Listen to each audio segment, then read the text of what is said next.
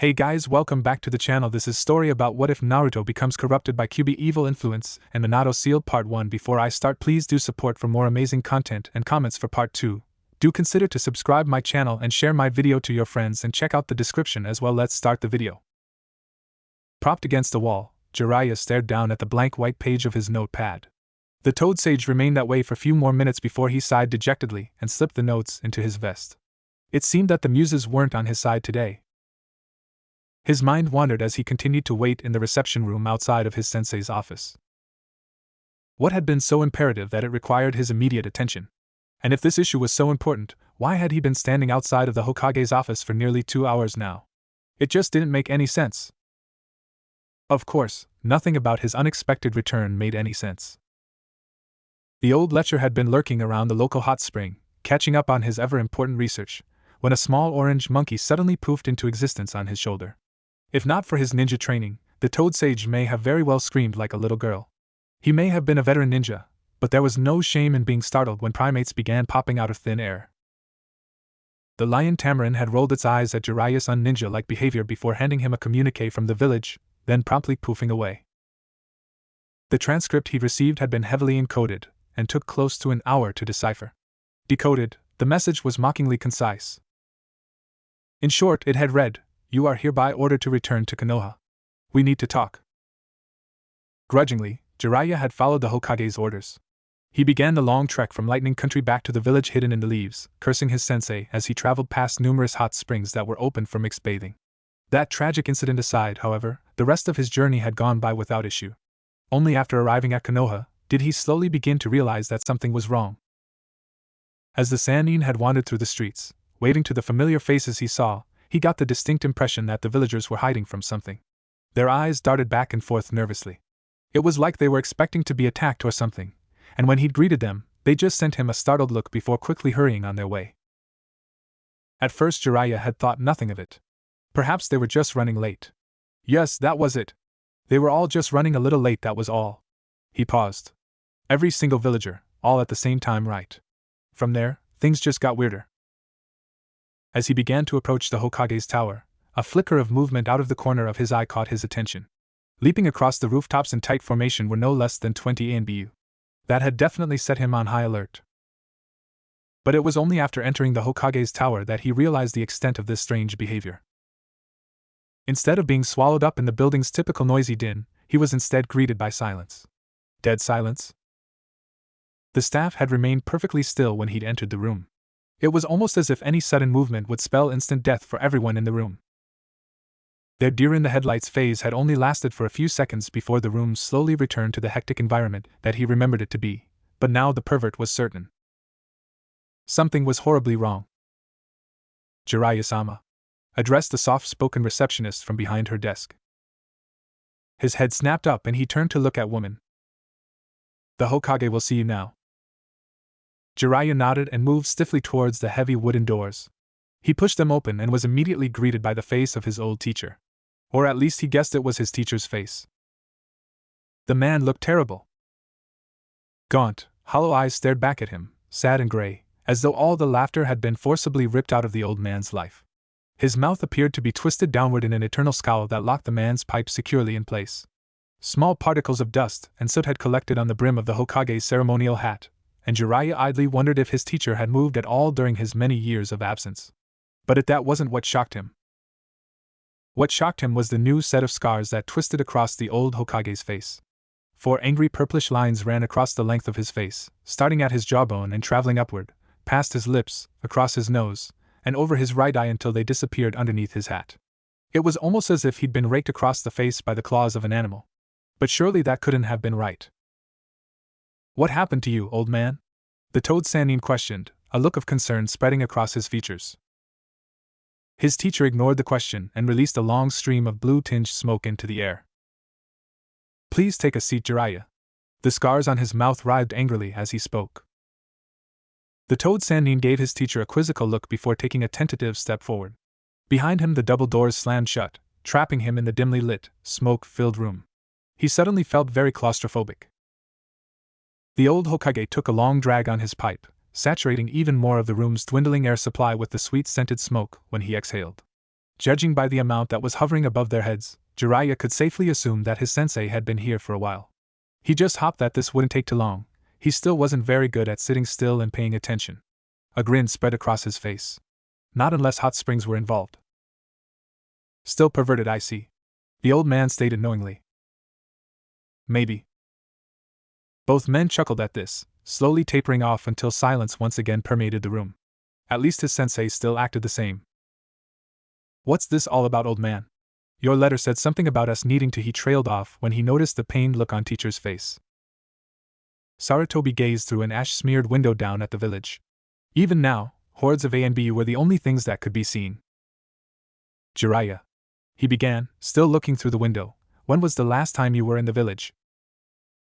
The younger man flinched at his leader's purely ceremonial question. He was well aware that old man Sarutobi liked to keep up the appearance of being a harmless, washed-up old ninja, even in front of his students it seemed. However, this couldn't be further from the truth. Though he appeared old, his skills were just as sharp, if not sharper, than they'd been when he was in his prime. Always pushing oneself further was just another aspect of life for a shinobi. If you managed to survive long enough to experience the wondrous roller coaster of ghosts of missions past and chronic joint pain that encompassed old age, you were able to do one of two things. You could either A. Retire and live out the rest of your life in moderate comfort, becoming forever known as that old ninja.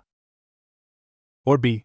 Mold your mind into a weapon scarier than any jutsu, becoming forever known as that old ninja. Not even a kill-me orange-wearing, ramen-obsessed moron would fail to notice the path that Sarutobi had decided on. The Sandaime Hokage was the very definition of that old ninja. He was an assassin, a puppet master, a tactical genius who hid himself under the guise of a kindly old man. He could smile at you to your face that morning, later that night order the complete eradication of your entire family, and then hold your hand through the funeral the very next day. The Hokage was a scary old bastard. There was no way in hell that the old man had forgotten when his student was last in the village. In fact, Jiraiya was fairly certain that Sarutobi still remembered exactly what the Sannin had eaten for lunch after they'd passed his bell test nearly 4 decades ago. In any case, the point was moot. His Hokage had asked him a question, and like an obedient subordinate, he would put aside his personal feelings and answer the question to the best of his ability. About 4 years ago. Jiraiya sighed. After Minato gave his life to seal the Kyuubi, I had to leave. The pain of losing my student, it was just too much for me, I guess. I withdrew from the village and everything related to it. The Sannin hung his head in shame. I couldn't even bring myself to take care of my own godson. The Sandaime turned back to him, unconsciously running his hand across the scars his face. Godson, he echoed in a faraway voice. Jiraiya sent him a puzzled look. You know, Naruto, cute little kid with big blue eyes and whiskers on his cheeks. His teacher cringed. This was immediately noticed. What's wrong? Did the kid do something bad? The third's jaw dropped and his pipe clattered noisily to the desk. The two ninjas stared at each other with mirrored expressions of perplexed shock. Sarutobi recovered first. Things have changed while you were away, he stated solemnly as he retrieved a thick manila folder from his desk. He released the seal binding the reports and slipped the document into Jiraiya's hands. The Toad Sage opened the folder. Inside appeared to be the dossier of a ninja. He began to examine the first page. It read: Name, Aboki Horo. Gender, male. Rank, Chunin. Age, 24, deceased. Cause of death, severe lacerations to the thoracic and abdominal area, resulting in massive, irreversible hemorrhaging. His face began to pale when he looked at the photos attached to the report. The ninja in question was laying face up in an alleyway surrounded by a pool of deep crimson liquid. Bits of mangled flesh and gore were plastered to the alley walls along with a liberal amount of kunai and shuriken. Deep claw-like gouges, eerily similar to those that now resided on the third's face, littered the man's legs and torso. The report detailed that the nin had finally died when his chest was ripped open. Massive hemorrhaging was an understatement. Jiraiya didn't even try to locate the deceased ninja's shredded heart, and still managed to find it with relative ease. Jiraiya had had enough. He may have been a ninja, but there were limits to what even he could stomach. He turned to the next page, and felt his blood run cold. The next page was practically identical to the first. The only thing that changed was the name of the person on the sheet. His eyes shot down to the bottom of the page. Age 10, deceased. Cause of death, Blunt force decapitation. Blunt force decapitation, he thought in disbelief. What the fuck is that, and why was it used on a 10-year-old for Cammy's sake? He looked at one of the photos and felt the bow rise in his throat. Oh, so that's blunt force decapitation. For a shinobi, death was something that came with the job. As academy students, they were taught that ninjas played 5 vital roles: assassin, mercenary, spy, saboteur, and thief. Out of these 5 duties, 2 of them were involved directly in the act of taking a life. Assassinations, by definition, required that a ninja take the life of their target. Coincidentally, the act of being a mercenary entailed the full-scale slaughter of an opposing army. Bloody? Of course. Just? Perhaps. Sad? Nearly always. But in the end, as long as you got paid, it didn't really matter. That being said, Jiraiya was an excellent ninja. Even being a semi-competent ninja meant having a lot of innocent blood on your hands. When you were one of the legendary Sannin, let's just say that the silly carefree pervert had more than a few skeletons in his closet. Having fought in both the second and third great ninja wars made him no stranger to blood and death. However, the style of execution portrayed in these photos, they just didn't seem possible. Most of the kills he'd been exposed to were clean, quick, and efficient, exactly the way a veteran ninja was taught to operate. But these kills were entirely different. Flesh had been torn where it should have cut. Lethal strikes were constantly missed a hair's breadth, too perfect in their precision to count it off as lucky hits. In fact, a majority of the reports so far seemed to indicate that the attacker had prolonged its victim's demise, allowing them to escape and then hunting them down again, like the whole act was nothing more than a sadistic game of cat and mouse. Jiraiya turned to the next page and choked when he read the name. "Oh, Kami, no," he whispered. Name, Hataki Kakashi, copy Nin. Gender, male. Rank, ANBU captain. Age 18, deceased. Cause of death, singular, severe laceration spanning the length of the thoracic cavity, resulting in massive and irreversible hemorrhaging. A feeling of emptiness swept over him, forcing him to close the docket. How? He asked helplessly. Kakashi was an ANBU captain. How could he have died? His mentor gave him pained look before answering. Kakashi died protecting me, he said in a voice heavy with grief. He threw his body in front of an attack that was meant for me. His sacrifice allowed me to escape with ease. The third gestured to his face. He looked back at Sarutobi weakly. What in the hell could have done this? The old man's hand began to once again trail over his scars. After a long while he finally answered. Uzumaki Naruto. Jiraiya's breath caught in his throat. He felt like he was going to throw up. Naruto? He echoed in a broken voice. My godson? The third nodded. Although his outward appearance remained stoic and cool, on the inside he could feel his heart breaking. His student was crying again, and the old man wanted to do nothing more than act like the fatherly figure that his student desperately needed. He knew he couldn't though. Right now he needed to be the Hokage. He had to be that old ninja no matter how bad it felt to do so. But how? His student breathed. He's only 4. The professor ignored his question, a rather annoying habit that the old man had picked up at some point during the Sannin's absence.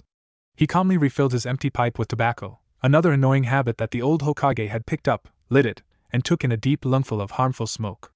Only after several more drags on his pipe did Sarutobi finally feel inclined to answer his student. Let me tell you the whole story. As you know, 4 years ago the Kyuubi attacked Konoha. Its power was beyond anything that we could have possibly imagined. With just the sweep of its tails it could level entire mountain ranges or raise a wall of water capable of swallowing a hidden village. Our ninja fought valiantly against the beast, knowing full well that their deaths would only buy you and Minato a few more seconds to finish the seal. The Hokage cringed. It was a massacre. The demon's unholy power cut through our ranks with an ease that suggested our shinobi were made of wet tissue paper. Its tail swung, killing dozens of men instantly. Our most devastating jutsu only served to agitate the great beast, reducing them to little more than beacons that focused the monster's rage upon the caster. We were helpless, utterly helpless before the unlimited power of the kitsune. Our only hope was to believe the yondaime would somehow conjure up a miracle. He did, but only after the heaviest of prices. The fourth sacrificed not only his life, but also the life of his newborn son, condemning the babe to a life of loneliness and pain so that the village could survive. It worked. At the cost of his own soul, Minato's seal was able to imprison the mightiest of the Biju inside the weakest of containers. A baby boy. It was around this point you left. The Sandaime commented offhandedly. Jiraiya hung his head. Anyway, after you left, many things happened at once. In light of your absence and your student's death, the council requested that I come out of retirement and once again take up the mantle of Hokage. He gestured to his robes. As you can clearly see, I accepted. Being the leader of the village in such a tremulous time was interesting to say the least. The village was in ruins, morale was low, missions were scarce, and of course Naruto, our baby Jinchuriki, needed a good home. With no one around to take care of him, the old man sent a pointed look at the downcast Toad Sage. I was forced to send him to an orphanage. Many of the citizens considered Naruto to be the Kyuubi, and during his first year of life my ANBU prevented no less than 20 assassination attempts on his life. The young boy developed at an astounding rate, being fully able to walk and talk when he was only 18 months old. For the villagers, this was proof that Naruto was in fact the Ninetales in disguise, and attempts on his life skyrocketed. His sensei sighed. Looking back on it now, I wish I had made just a little bit of time for the boy. He was completely alone in the world, denied any type of positive human interaction because of the demon living inside him. The old ninja trailed off. I should have been there for him. A tear fell from younger man's eye. He opened his mouth to proclaim how he was the one at fault, that little boy had been his responsibility, but his teacher quickly motioned for him to remain silent. The Hokage seemed to hesitate before continuing with the story. On his second birthday he was attacked by a mob of angry civilians. A look of rage crossed the Sanin's face, but the Sandaime didn't appear to have noticed. He was beaten badly before the ANBU guard had finally stepped in and put a stop to the mob. Naruto was unconscious for 5 days before he finally woke up. After that he was different. Only a few weeks later I received another report that he'd been attacked, but this time the attack had ended very differently. Out of the 20 people that had attacked him, none had survived. He slaughtered them all. Every single one of them had been killed by a 2-year-old boy. At first I couldn't believe what I was reading. How could a boy, who by all rights shouldn't even know what death is, be able to butcher nearly 24 people that were roughly 4 times his size? When the ANBU that was guarding him told me what had happened, I nearly threw up. The scared Hokage pulled a document from his desk. At roughly 1900 hours, the Jinchuriki known as Uzumaki Naruto was assaulted by no less than 20 citizens of the Hidden Leaf. I was going to intervene when I suddenly noticed something. The boy was laughing as the civilians beat him with pipes and bats. He almost seemed to be taking a perverse pleasure at being struck by blows that would have crippled a normal man, to say nothing of a child. Since boy didn't appear to be in any real danger, I decided to take careful note of the boy's actions. One of the men leaned over and said something inaudible to profusely bleeding yet still laughing child that abruptly silenced him. Killing intent unlike anything I'd ever felt exploded from the boy, slaying a few of the villagers on the spot and bringing the rest to a near catatonic state. Just before I lost consciousness, I was able to make out what appeared to be 3 flaming tails swinging behind his back. The scene I awoke to can't be aptly described by any words that I know. Pictures are enclosed within, however, Hokage-sama, I strongly advise you not to look at them. End report. Sarutobi set the paper on his desk and took a long drag from his pipe. I looked at those photos. He stated with a slight tremor in his voice. And Taka was right, I shouldn't have. The professor shook his head, as if this act would remove the memories clinging to his mind. Slowly, he turned back to Jiraiya. Even though his actions went way beyond disturbing, I figured that this might, in fact, be a good thing. Well, not exactly good per se, perhaps acceptable would be the more accurate word to use. Yes, I found this to be acceptable. Naruto had only done what he had because he was trying to defend himself. He had to kill those people or else they would have killed him.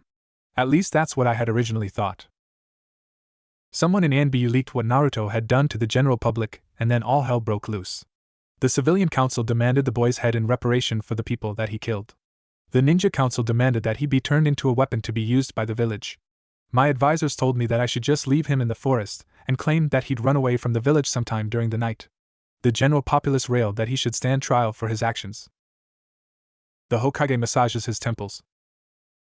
Later that night, nearly 150 people, both ninja and civilian, band together in an attempt to finish what the Yondaime started and began to march towards Naruto's apartment. I sent one of my most loyal ANBU to rescue the boy before the angry mob found him. Sarutobi paused. He was later found inside Naruto's apartment with his head and arms torn off. The angle of the attack suggested that his opponent was only 3 feet tall. A dark look spread across the old man's face.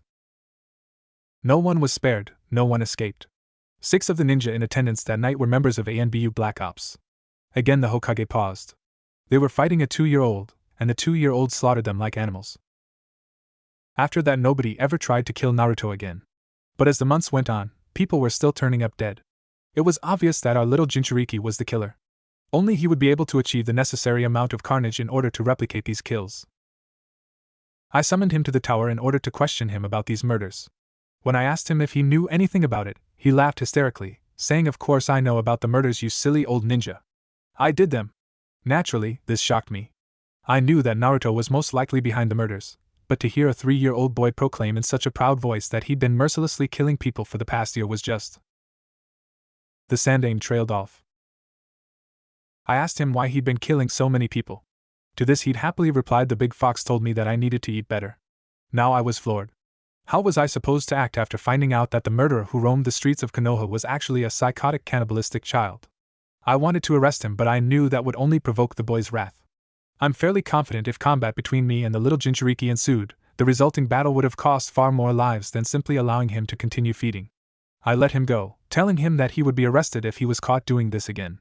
He just smiled brightly and promised to stop. The killings persisted. For the next year, the village simply tried to pretend that the murders and Naruto didn't exist. People went out of their way to avoid him, hoping that he would allow them to live if they simply left him in peace. Only afterwards did we realize that isolating him was probably the worst thing we could have done. They say hindsight is 20/20. They are very wise. In an effort to appease the beast, we forgot one very important detail. It had 2 faces.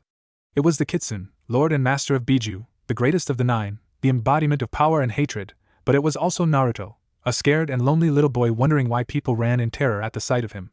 In effect, we left an unstable little boy all alone with only a malevolent, trickster fox for companionship. The demon twisted his mind, poisoning him with whispered lies and promises of happiness. Over the next year the 2 personas merged, the end result being a cruel, hateful, incredibly dangerous creature that lived for, and loved only itself. His next birthday marked the darkest day in Konoha's history following the Kyuubi's initial attack 4 years ago. The village was holding a service of remembrance in the local temple for the thousands that had died when Ninetales attacked. I was leading a prayer when a massive wave of killing intent was suddenly leveled on the crowd. Naruto was there. The Hokage shivered, his hand unintentionally moving to stroke his scars. The rage burning in his eyes was unlike anything I'd ever seen before. He was furious that his villagers would rejoice in the demon's defeat, mocking the creature that he considered to be his closest friend. He attacked. The demon had given him claws and fangs sharper than any blade, and the civilians around him were quickly cut down. Behind it, 4 flaming tails lashed out like wrecking balls, crushing any that managed to slip past him.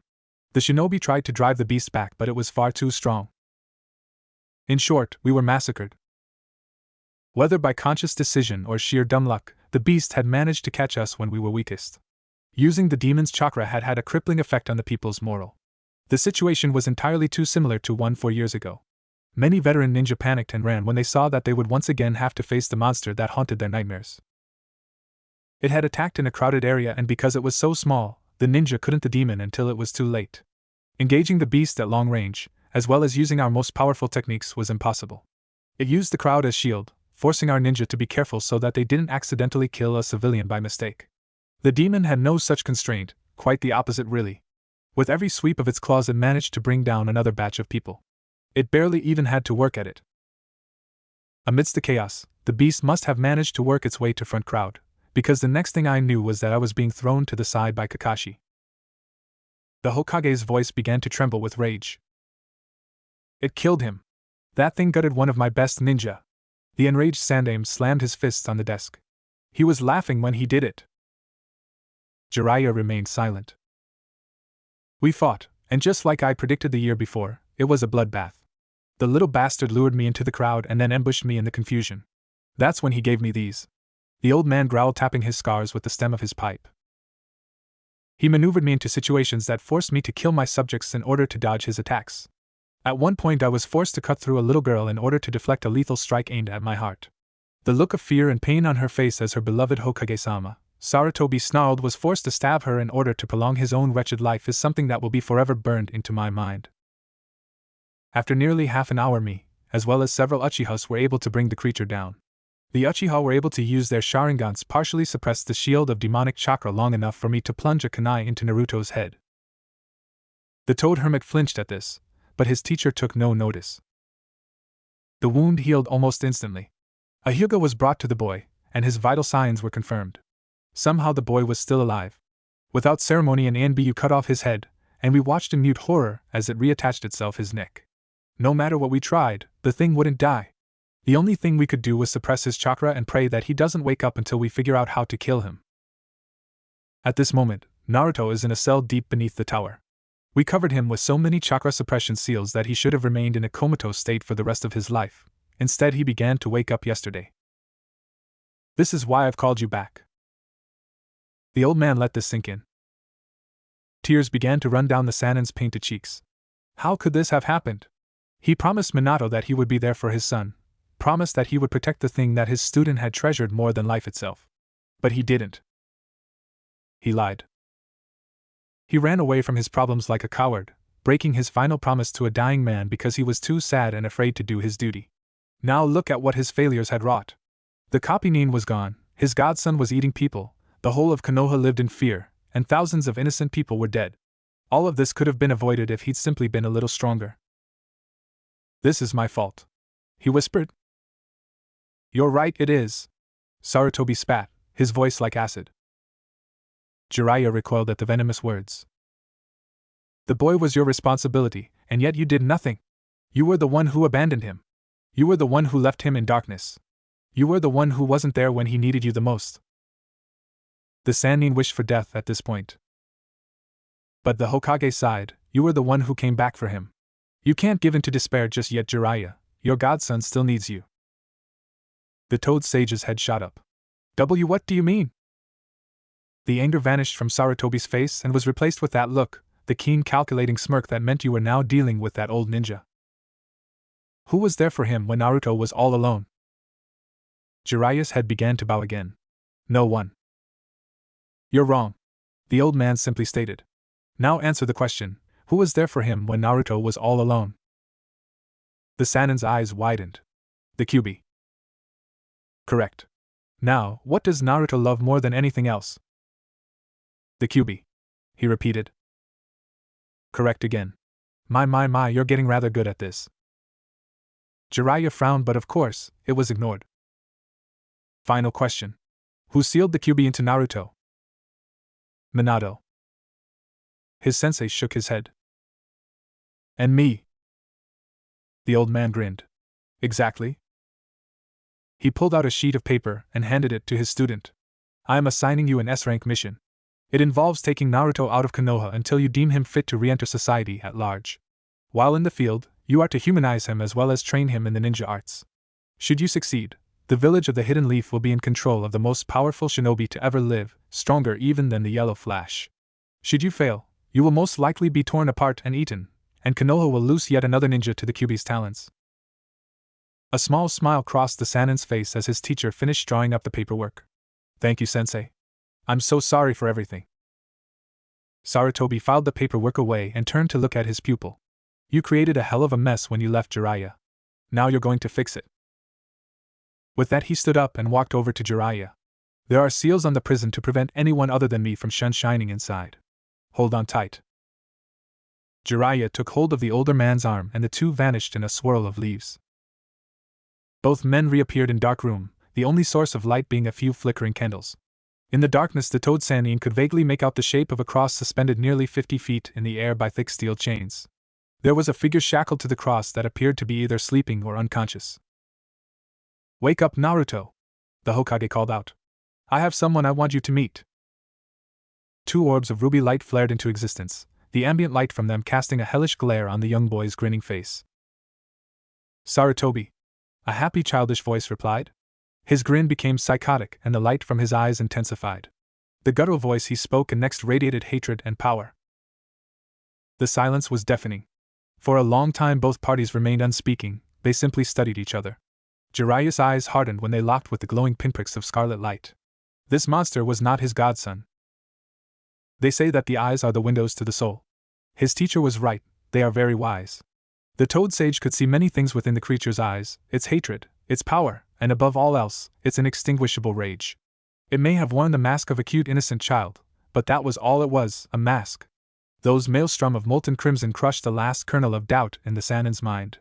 This was the Kyuubi. The stillness was broken by saccharine voice of the demon. Sarutobi, he whined. When are you gonna let me down? I promise I'll be a good boy. The Hokage's stern visage remained unchanged. Come on, old man, let me down. The boy pleaded mockingly.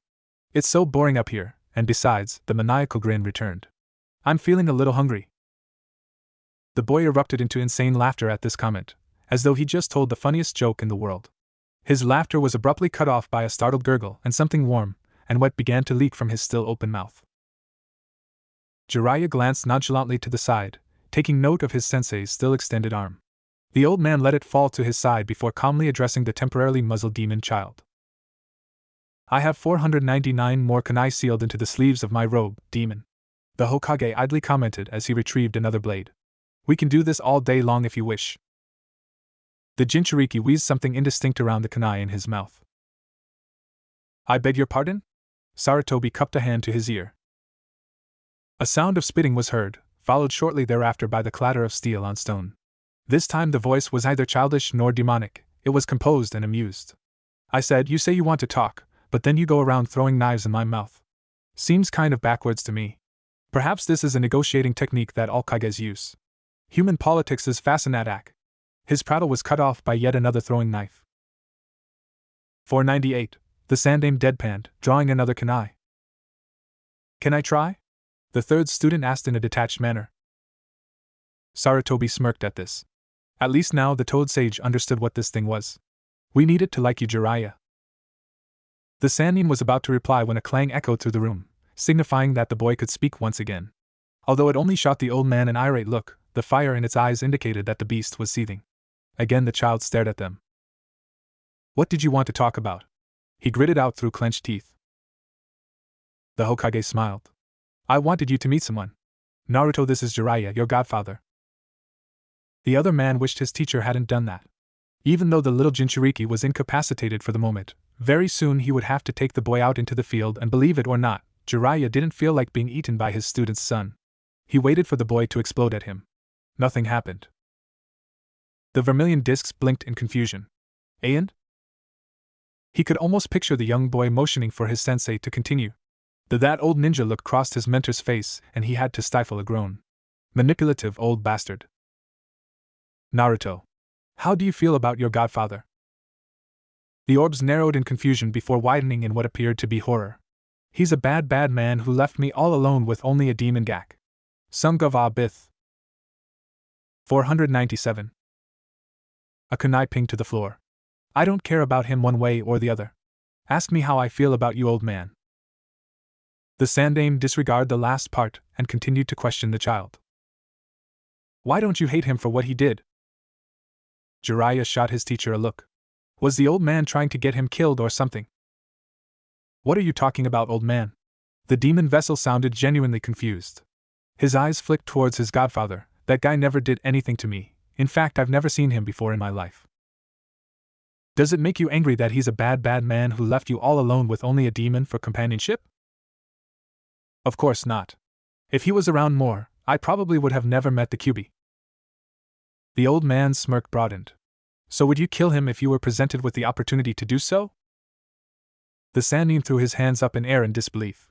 The old man was trying to kill him. Soft laughter floated through the darkness. It seems like your companion would rather you not speak about him, Sarutobi. Perhaps I would or perhaps I wouldn't, though I can safely say he wouldn't be my first choice. No, that honor is all yours, old man. His eyes turned to Jiraiya. You J something, if you get me down I'll kill the old guy for you. A kunai whizzed through the air, stopping with an abrupt click. Hee, caught IH this time ya stupidao. Damn it. A second kunai sailed into his neck, causing the one clenched in his teeth to fall to the ground. What the hell do I look like to you, a dartboard? Most dartboards I've encountered aren't this annoying. The third replied as he readied another kunai. His student's hand caught his wrist in mid-throw. Don't piss him off, the hermit advised. It'll just draw out the demon's chakra quicker. Sarutobi gave the man a slight nod and lowered the knife. A metallic chime relayed that yet another kunai had been removed from the restrained Jinchuriki. You know J something, I'm starting to like you more and more, he trailed off. Why'd you come back? If you brought me a present for my birthday, you can still give it to me now. J something gave his godson a flat look. No present, eh?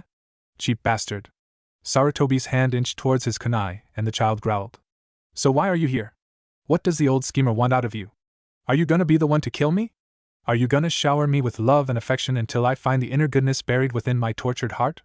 Perhaps you're just here to check up on your demon-spawned godson and be done with it? Whatever your reason for being here, it makes no difference to me. As soon as these seals give out, I'm gonna show you, the old man, and the entire village just how scary I can be. Wisps of crimson chakra began to leak out of the overtaxed suppression seals. A wicked sneer formed on Naruto's face. Believe it! The instant that the demonic energy began to waft from the seals, the Hokage began to weave hand seals. He'd nearly finished when Jiraiya's hand unexpectedly lashed out and clamped around his hands, canceling the nearly complete jutsu. The old man sent his student a frantic look. He was going to get both of them killed. However, the Sandame's anxiety evaporated when he saw the hard look in the Sanin's eyes. He let go of his sensei's hands and began to walk towards his enraged godson, fearless in the presence of the Biju's wrath.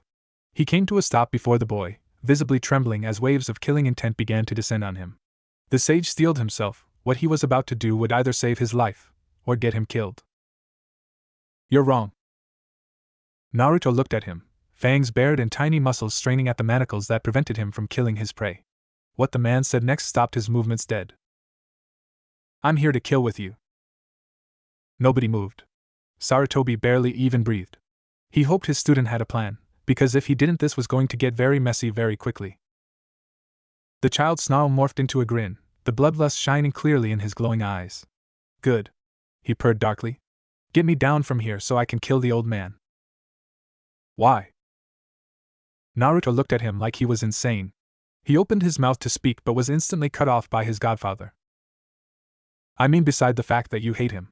That doesn't really mean much because you hate everyone. The sage chuckled softly. The blonde replied without hesitating, because he's strong enough to best me. I have to kill him. Killing him will validate my existence. The Sannin laughed at the Jinchuriki's response and gestured to the third Hokage. Him. He snickered before once again breaking down into laughter. You can't be serious. Look at him, he's like 95. Why on earth would you possibly want to fight a washed-up old ninja like him? What pride is there in killing a sickly old man? Sarutobi winced. That was probably payback for the "do you want to kill him" question. The boy seemed to ponder his godfather's words, and he came to the grudging realization that he was right. The old man was powerful, no question about that, but he'd been inactive for nearly 20 years, dulling his skills and slowing his reflexes. What pride was there in killing a sickly old man? More like, what fun was there in killing a sickly old man? Naruto focused his gaze on the Hokage. Even in the dim light, he could clearly make out the jagged lines that ran the length of the man's face. He'd already managed to hit him once, it wasn't even that difficult. The Jinchuriki was snapped out of his musings by the Toad Sanin's voice. Do you see what I'm getting at, kid? The Sandame is strong, but he's far from being the biggest fish in the sea. Hell, I bet I could probably teach him a thing or two. The demon boy shifted his gaze to Jiraiya. You! He spat. How can you possibly be stronger than him? He's the Hokage. I've never even heard of you. Jiraiya held up his hands in a defensive gesture. Easy, Naruto. I can assure you that I'm a very competent ninja. The blonde raised an eyebrow at the man below him. Kmoon. The toad sage grinned. I did a good enough job at sealing the fox and you didn't, I? The boy's eyes shot up in surprise. You're the one who sealed the Kyuubi inside me. Jiraiya nodded. A wide range of emotions flew across the boy's face. Confusion, disbelief, contemplation, exasperation, and finally something very human. Gratitude. He was quiet for a long while. The two simply looked at each other. This man saved him from the loneliness. He'd left him alone, but had given him his dearest friend before he went. He wasn't there to protect him when he needed it, but that didn't matter because he'd given him the power necessary to protect himself. This man had given him the greatest treasure in the world, a nine-tailed guardian angel. The boy shut his eyes and uttered something that he'd never said before. Thank you? His godfather smiled softly but said nothing, figuring that it was better to remain silent than risk saying something stupid and invoke the demon's temper. For a long while either party spoke, the two ninja opting to simply bask in their good fortune for the time being. With any luck, the god who was smiling down on them would continue to do so. It was Naruto who broke the peaceful atmosphere. Did you mean it? Did you mean what you said about killing with me? The Sannin gave him a serious look. That depends. Are you going to continue attacking innocents? The boy snarled and his eyes began to blaze. It seemed that Jiraiya's luck had run out. That depends. He roared back, are they going to continue disrespecting me? A very Kyuubi-like grin spread across the hermit's face. Kid, when I'm done with you, nobody's going to disrespect you. Naruto mimicked the look on his godfather's face until something dawned on him. What do you mean by, when I'm done with you? The Jinchuriki asked in a guarded voice. Fuck. It's okay though. It's just like lying my way out of a bathhouse, only instead of getting beaten by half-naked women, your head gets torn off. No pressure, super pervert. I'm going to train you to be a ninja, of course. Idiot. The young boy looked murderous. Red chakra began to whip around his body, and the wooden structure holding him aloft was beginning to splinter. Listen to what I'm saying. The sage roared over the din that the chakra storm created. The whirlwind of demonic energy lessened only slightly. I won't become a puppet for the village, he roared. I won't let them control me. The Sannin leapt to the boy, and the cross creaked dangerously under strain of his weight. He got nose to nose with the furious child, an act that caused the corruptive energy to burn the skin on his face. A look of surprise crossed Naruto's face, watching in awe as the older man apparently tried to kill himself. Petulant child, look at yourself. You think yourself all-powerful because of the demon caged within you, you fool. You rant and rave about honoring the Kyuubi's desires, about the amount of respect you have for the kitsune, but when I offer you the power and death that being a ninja can bring, you throw it back in my face and claim that you won't be a puppet for the village. Look around you. Look at where you are. You're already a slave to the village, but you're so blinded by your hatred that you can't even see it.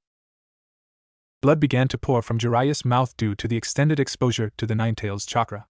He spat the coppery liquid to the ground and continued to yell. You're a demon. I'm a ninja. When you murder nearly 1,000 people in cold blood, they lock you in here. When I murder nearly 1,000 people in cold blood, they give me a fucking medal and tell me to do it again. The man coughed, causing more blood to fly from his mouth. Still he persisted. The Ninetales had its pride, but it wasn't insufferable like yours. At least it wasn't deaf to reason. You refused to become a ninja on principle. Refuse your most logical option because of your deplorable pride. Wake up, kid, the fox is a ninja. It kills, it tricks, it manipulates, it steals, and it destroys. That is what a ninja truly is, and that is what you're throwing away. The tornado of ruby mist began to dissipate, leaving a barley-conscious Toad Sannin forehead to forehead with the most dangerous creature to ever walk the streets of Konoha. The Sannin leaned back dizzily and poked his forehead. What's it going to be, kid? The young boy gaped like a fish at his godfather's words. Everything that the man said had been true. He was about to speak when a sudden resounding crack was heard. His restraints gave way and he and Jiraiya fell to the floor amidst a cascade of timbers. From his place at the opposite side of the cell, Sarutobi shot forward. The amount of speed he was displaying would have been surprising for a shinobi half his age. He crossed the room in the blink of an eye, standing his ground before the small boy that was kneeling over his unmoving student. Naruto looked up at the Sandaime, uncertainty clear on his face. Is he right, old man? Am I being an idiot? Only years of experience kept the old ninja's guard from dropping. As much as Sarutobi hated the creature, at the moment he couldn't bring himself to look past the beast's childish disguise. I can't answer that, he simply stated. You wouldn't listen to me anyway. The demon stared intently at his godfather's peaceful face, as though if he stared at it long enough he would find his answer. Part of him still wanted to kill the old man for the things he'd said about the fox, while another part of him wanted to thank the man for his insights about the demon. Simply put, Naruto was conflicted. The Sannin's words echoed in his mind. You're a demon. I'm a ninja. When you murder nearly 1,000 people in cold blood, they lock you in here. When I murder nearly 1,000 people in cold blood, they give me a fucking medal and tell me to do it again. The blonde's head snapped up and he looked to the old ninja. Do you think that you'd die if we fought again? Sarutobi was about to do something that he had never done before and would never do again, admit weakness. Yes, I would probably die. Your godfather was right when he said that there was no pride in fighting me. The only reason I was able to last as long as I did before was because I had allies that could suppress your chakra shield. In a fair fight you would win. For a long time the boy sat over an unmoving Jiraiya, going over what the Hokage had said. If even the Hokage was no match for him, who was going to fight? However, if he was able to do the impossible, swallow his pride, and become a ninja, then perhaps he would be able to find an opponent worthy of his claws. Or maybe, a grin spread across his face at the new thought, maybe there would be a war. When he thought about it like that, being a ninja didn't seem so bad. Naruto looked up at Sarutobi. I am not your puppet, old man, and I will not address you as Hokage-sama. If you ever forget this, I'll cut you down without hesitation. Konoha is the one on the short leash around here, not me. A barely visible that old ninja smirk pulled at the edge of his lip. He trained his features before the boy noticed. That is fine, Naruto. As long as you only kill the enemy, I believe we will be able to get along just fine. The boy looked away from the stoic features of the old man and ground his teeth in rage. I'm not submitting. I'm doing what the fox would want. I'm going to kill people and no one will care. I will find someone worthy of facing me. I will validate my existence. A mischievous smirk crossed his features. And after I'm done with this place, I can always burn it to the ground. The old man crouched in front of the boy and spoke to him in a voice that suggested he had a knife to his throat. Naruto, to get us out of here I'm going to have to touch you. If you kill me, you will never be able to escape. Now, may I touch you, Naruto? The child once again grit his teeth in anger. Do it. Although the Jinchuriki bristled under Sarutobi's touch, he didn't attack. No matter how much he wanted to. The three disappeared in a swirl of leaves. Nearly 3 days later, Jiraiya awoke to a repetitive beeping noise. He squinted against the harsh light and slowly turned his head towards the sound of breathing in front of him. His sensei stared back at him, pipe in hand. If this is heaven, I'm going to be very pissed off, he proclaimed in voice that implied there was no room for argument. I've been awake for nearly 10 seconds now, and not a single naked woman has fallen from the sky. The Hokage breathed out another stream of smoke before responding. I would tend to agree with you on that. Very disappointing. A small smile played at his lips. The Sannin reflected his mentor's look. You shouldn't smoke in the hospital, he chided. You shouldn't headbutt demons, the older man replied. Jiraiya chuckled softly. Speaking of which, where is the little bastard anyway? Sarutobi smirked. He's at the local penitentiary, eating the inmates on death row. His student laughed, slowly allowing his eyes to slide shut. Jiraiya. Said man looked up. How did you know all of those things you told Naruto about the fox? The toad sage snickered. I figured that I was going to die anyway, so at that point I was just pulling things out of my ass. And with that, the injured man fell asleep. The Hokage stared at the unconscious man with eyes as wide as dinner plates. The pipe slid from his gaping jaw and clattered to the floor. Son of a bitch. The relationship that grew between the pair in those first few months was interesting to say the very least. Though the Sannin was stronger, smarter, faster, and had nearly 4 decades more experience than the boy did, there was no question that Naruto was the position of dominance for the duration of their trip. The simple fact of the matter was that the child had access to the most powerful, and probably the most intelligent, being ever to roam the earth. Being a shinobi for 40 years was almost unheard of. Considering that the life expectancy of a normal ninja averaged somewhere between 10 and 15 years, 40 years of service was nothing short of miraculous. However, this feat was laughable when compared with the eons that the kitsune had been alive for. If Sarutobi, a mortal man, was capable of becoming that old ninja in only 60 years, then what did that make the fox? The demon had lived for countless millennia. It had seen the ancestors of man. It watched them change from cave-dwelling beasts into sentient life forms. It watched as they began to use tools, watched as they began to climb the food chain, watched as they reached the top of that chain, and watched as they, again, began to change. It saw empires rise and fall. It saw times of great war and times of great peace. Times of progression and times of regression. It had watched them discover and invent. Watched when they created giant steel birds that could traverse the stars and watched when they created staffs of iron that spit fire and thunder at their enemies. It watched as they destroyed themselves, watched unflinchingly as the world was obliterated by rays of light that rained down from the heavens. And then it watched as the little cave beast crawled from the muck once again. Comparing that old ninja or the toad sage to that old demon was like comparing a candle to the sun, and the Sannin was quickly discovering that the line between the prisoner and the jailer was practically non-existent. For all intensive purposes, Naruto was the Kyuubi. The boy just hadn't fully unlocked the demon's power yet. In reality, he only had a fraction of its power and knowledge, and the boy knew it. It angered him greatly. He may have looked young, but that didn't equate to him being naive. Naruto hadn't been tricked by the crazy old hermit into thinking the fox was a ninja. The very idea was insane. But still, he would go along with it. He'd play the part of the reluctant, yet obedient, puppet demon until he no longer had any need for the village.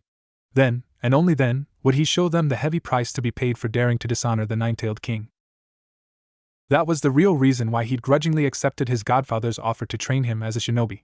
He needed to become strong so that he could bring honor to the Kyuubi's name, even if that meant becoming a ninja. And so, for the first year of his godson's training, Jiraiya was forced to walk a razor's edge lest he anger the beast. Although the boy had agreed to become a ninja, he never said anything about his teacher still being alive when the training was finished. He fought the Sannin Fang and Talon to avoid learning even the academy basics. After traveling for a week through Fire County, Naruto was ready to choke the proverbial bitch. The boy had already learned several things in short time away from the village. None of them were useful. One such tidbit was that, surprise surprise, the village hidden in the leaves was in fact surrounded by forests. Shocking. These forests that lined the road were pretty to look at for maybe the first 3 hours. So after the first 3 days of traveling this way, the demon vessel was beginning to give serious consideration towards making Fire Country live up to its name. Another thing that the boy had learned was that he and his sensei shared absolutely nothing in common. So what do you think of toads? The older man wiggled his eyebrows deviously. Why the hell is he asking me this? Toads are kind of weird, replied the confused Jinchuriki. His teacher's shoulders sagged. Oh. After about 5 more minutes. You want to go hunting with me? Naruto grinned as he pointed to a small furry thing scuttling up a tree. I'll give you some even if I'm the one who catches it. Jiraiya rummaged through his pack, pulling out a small plastic bag. I've got some jerky if you're hungry. The boy stared at the plastic bag for a few seconds before sighing. No, that's fine. The rest of the day passed in silence. Wonderfully, infuriating silence. As did the next day. And the day after that. The worst part about this was that the back of the Toad Sannin's vest was even more boring than the endless sea of trees. Today marked the 1-week anniversary of the pair's leave. It too passed in silence. Hence the choking of the proverbial bitch. Naruto slowly extended his talons. Naruto. What? I'm sensing that you're getting bored. Yes. That would be a fairly accurate description of how I feel right now. A faint click announced that the boy's claws had locked into place. How about I show you some of the basics? That sounds very pleasant. His sensei turned to him. Can you put your claws away? Yes. Nothing happened. Jiraiya groaned in annoyance. Will you put your claws away? Yes. With a sharp click, his claws retracted and the hermit relaxed his posture. They began to move into the forest, coming to an abrupt, and seemingly random, stop a short time later. To Naruto, this place didn't look like anything special. They just stood a few hundred feet away from the road, surrounded on all sides by trees. The sage turned back to the budding ninja. Okay, let's begin with basic taijutsu and then after a while we can move on to the proper way to throw kunai and shuriken. Maybe after a few months I can begin to teach you a few low-level ninjutsu. Jiraiya turned to his protege and smiled. Any questions? After a few months, a wide-eyed Naruto shouted. Of course. The Sannin simply replied. How long did you think it took? A few hours. The only sound that answered him was a loud metallic click.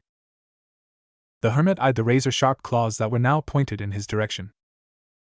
Huh. I guess the old man was trying to kill me. Believe it or not, the little demon child didn't succeed in the task of killing his godfather. Ironically, it was the man's perversion that saved him, and not his skills as a legendary Sannin.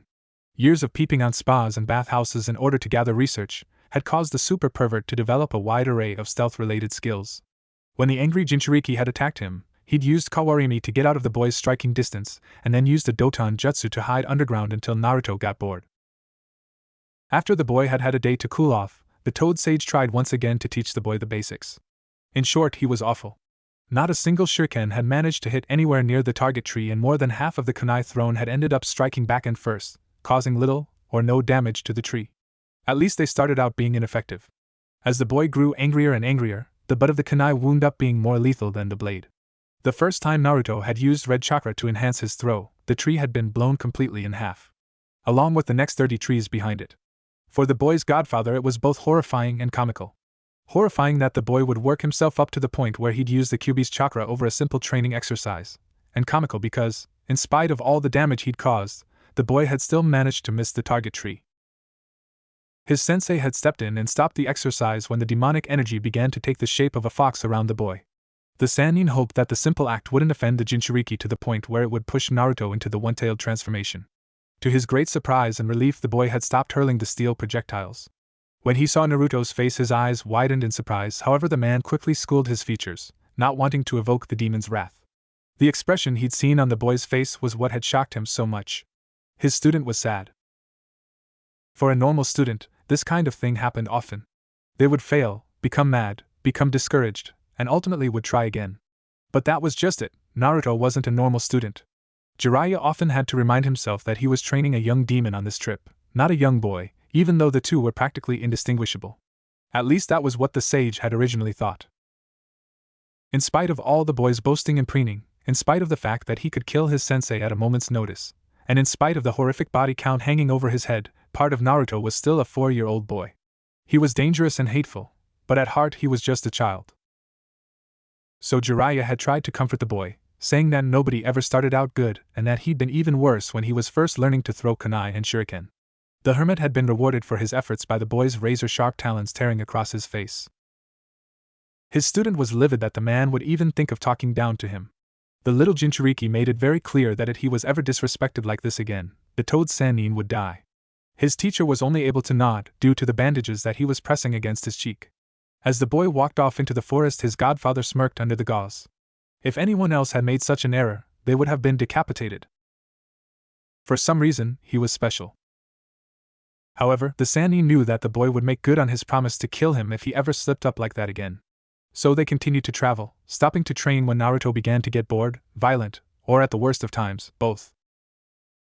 Jiraiya had begun to train him in taijutsu, a notion that seemed inherently suicidal considering that the words non-lethal and friendly spar meant absolutely to the sadistic Jinchuriki. This was promptly remedied by the ever-useful shadow clone technique. However, the clones were quickly destroyed, and the friendly training spars quickly evolved into life-or-death combat between the sage and his pupil. The pair had nearly killed each other dozens of times within the first year of the training.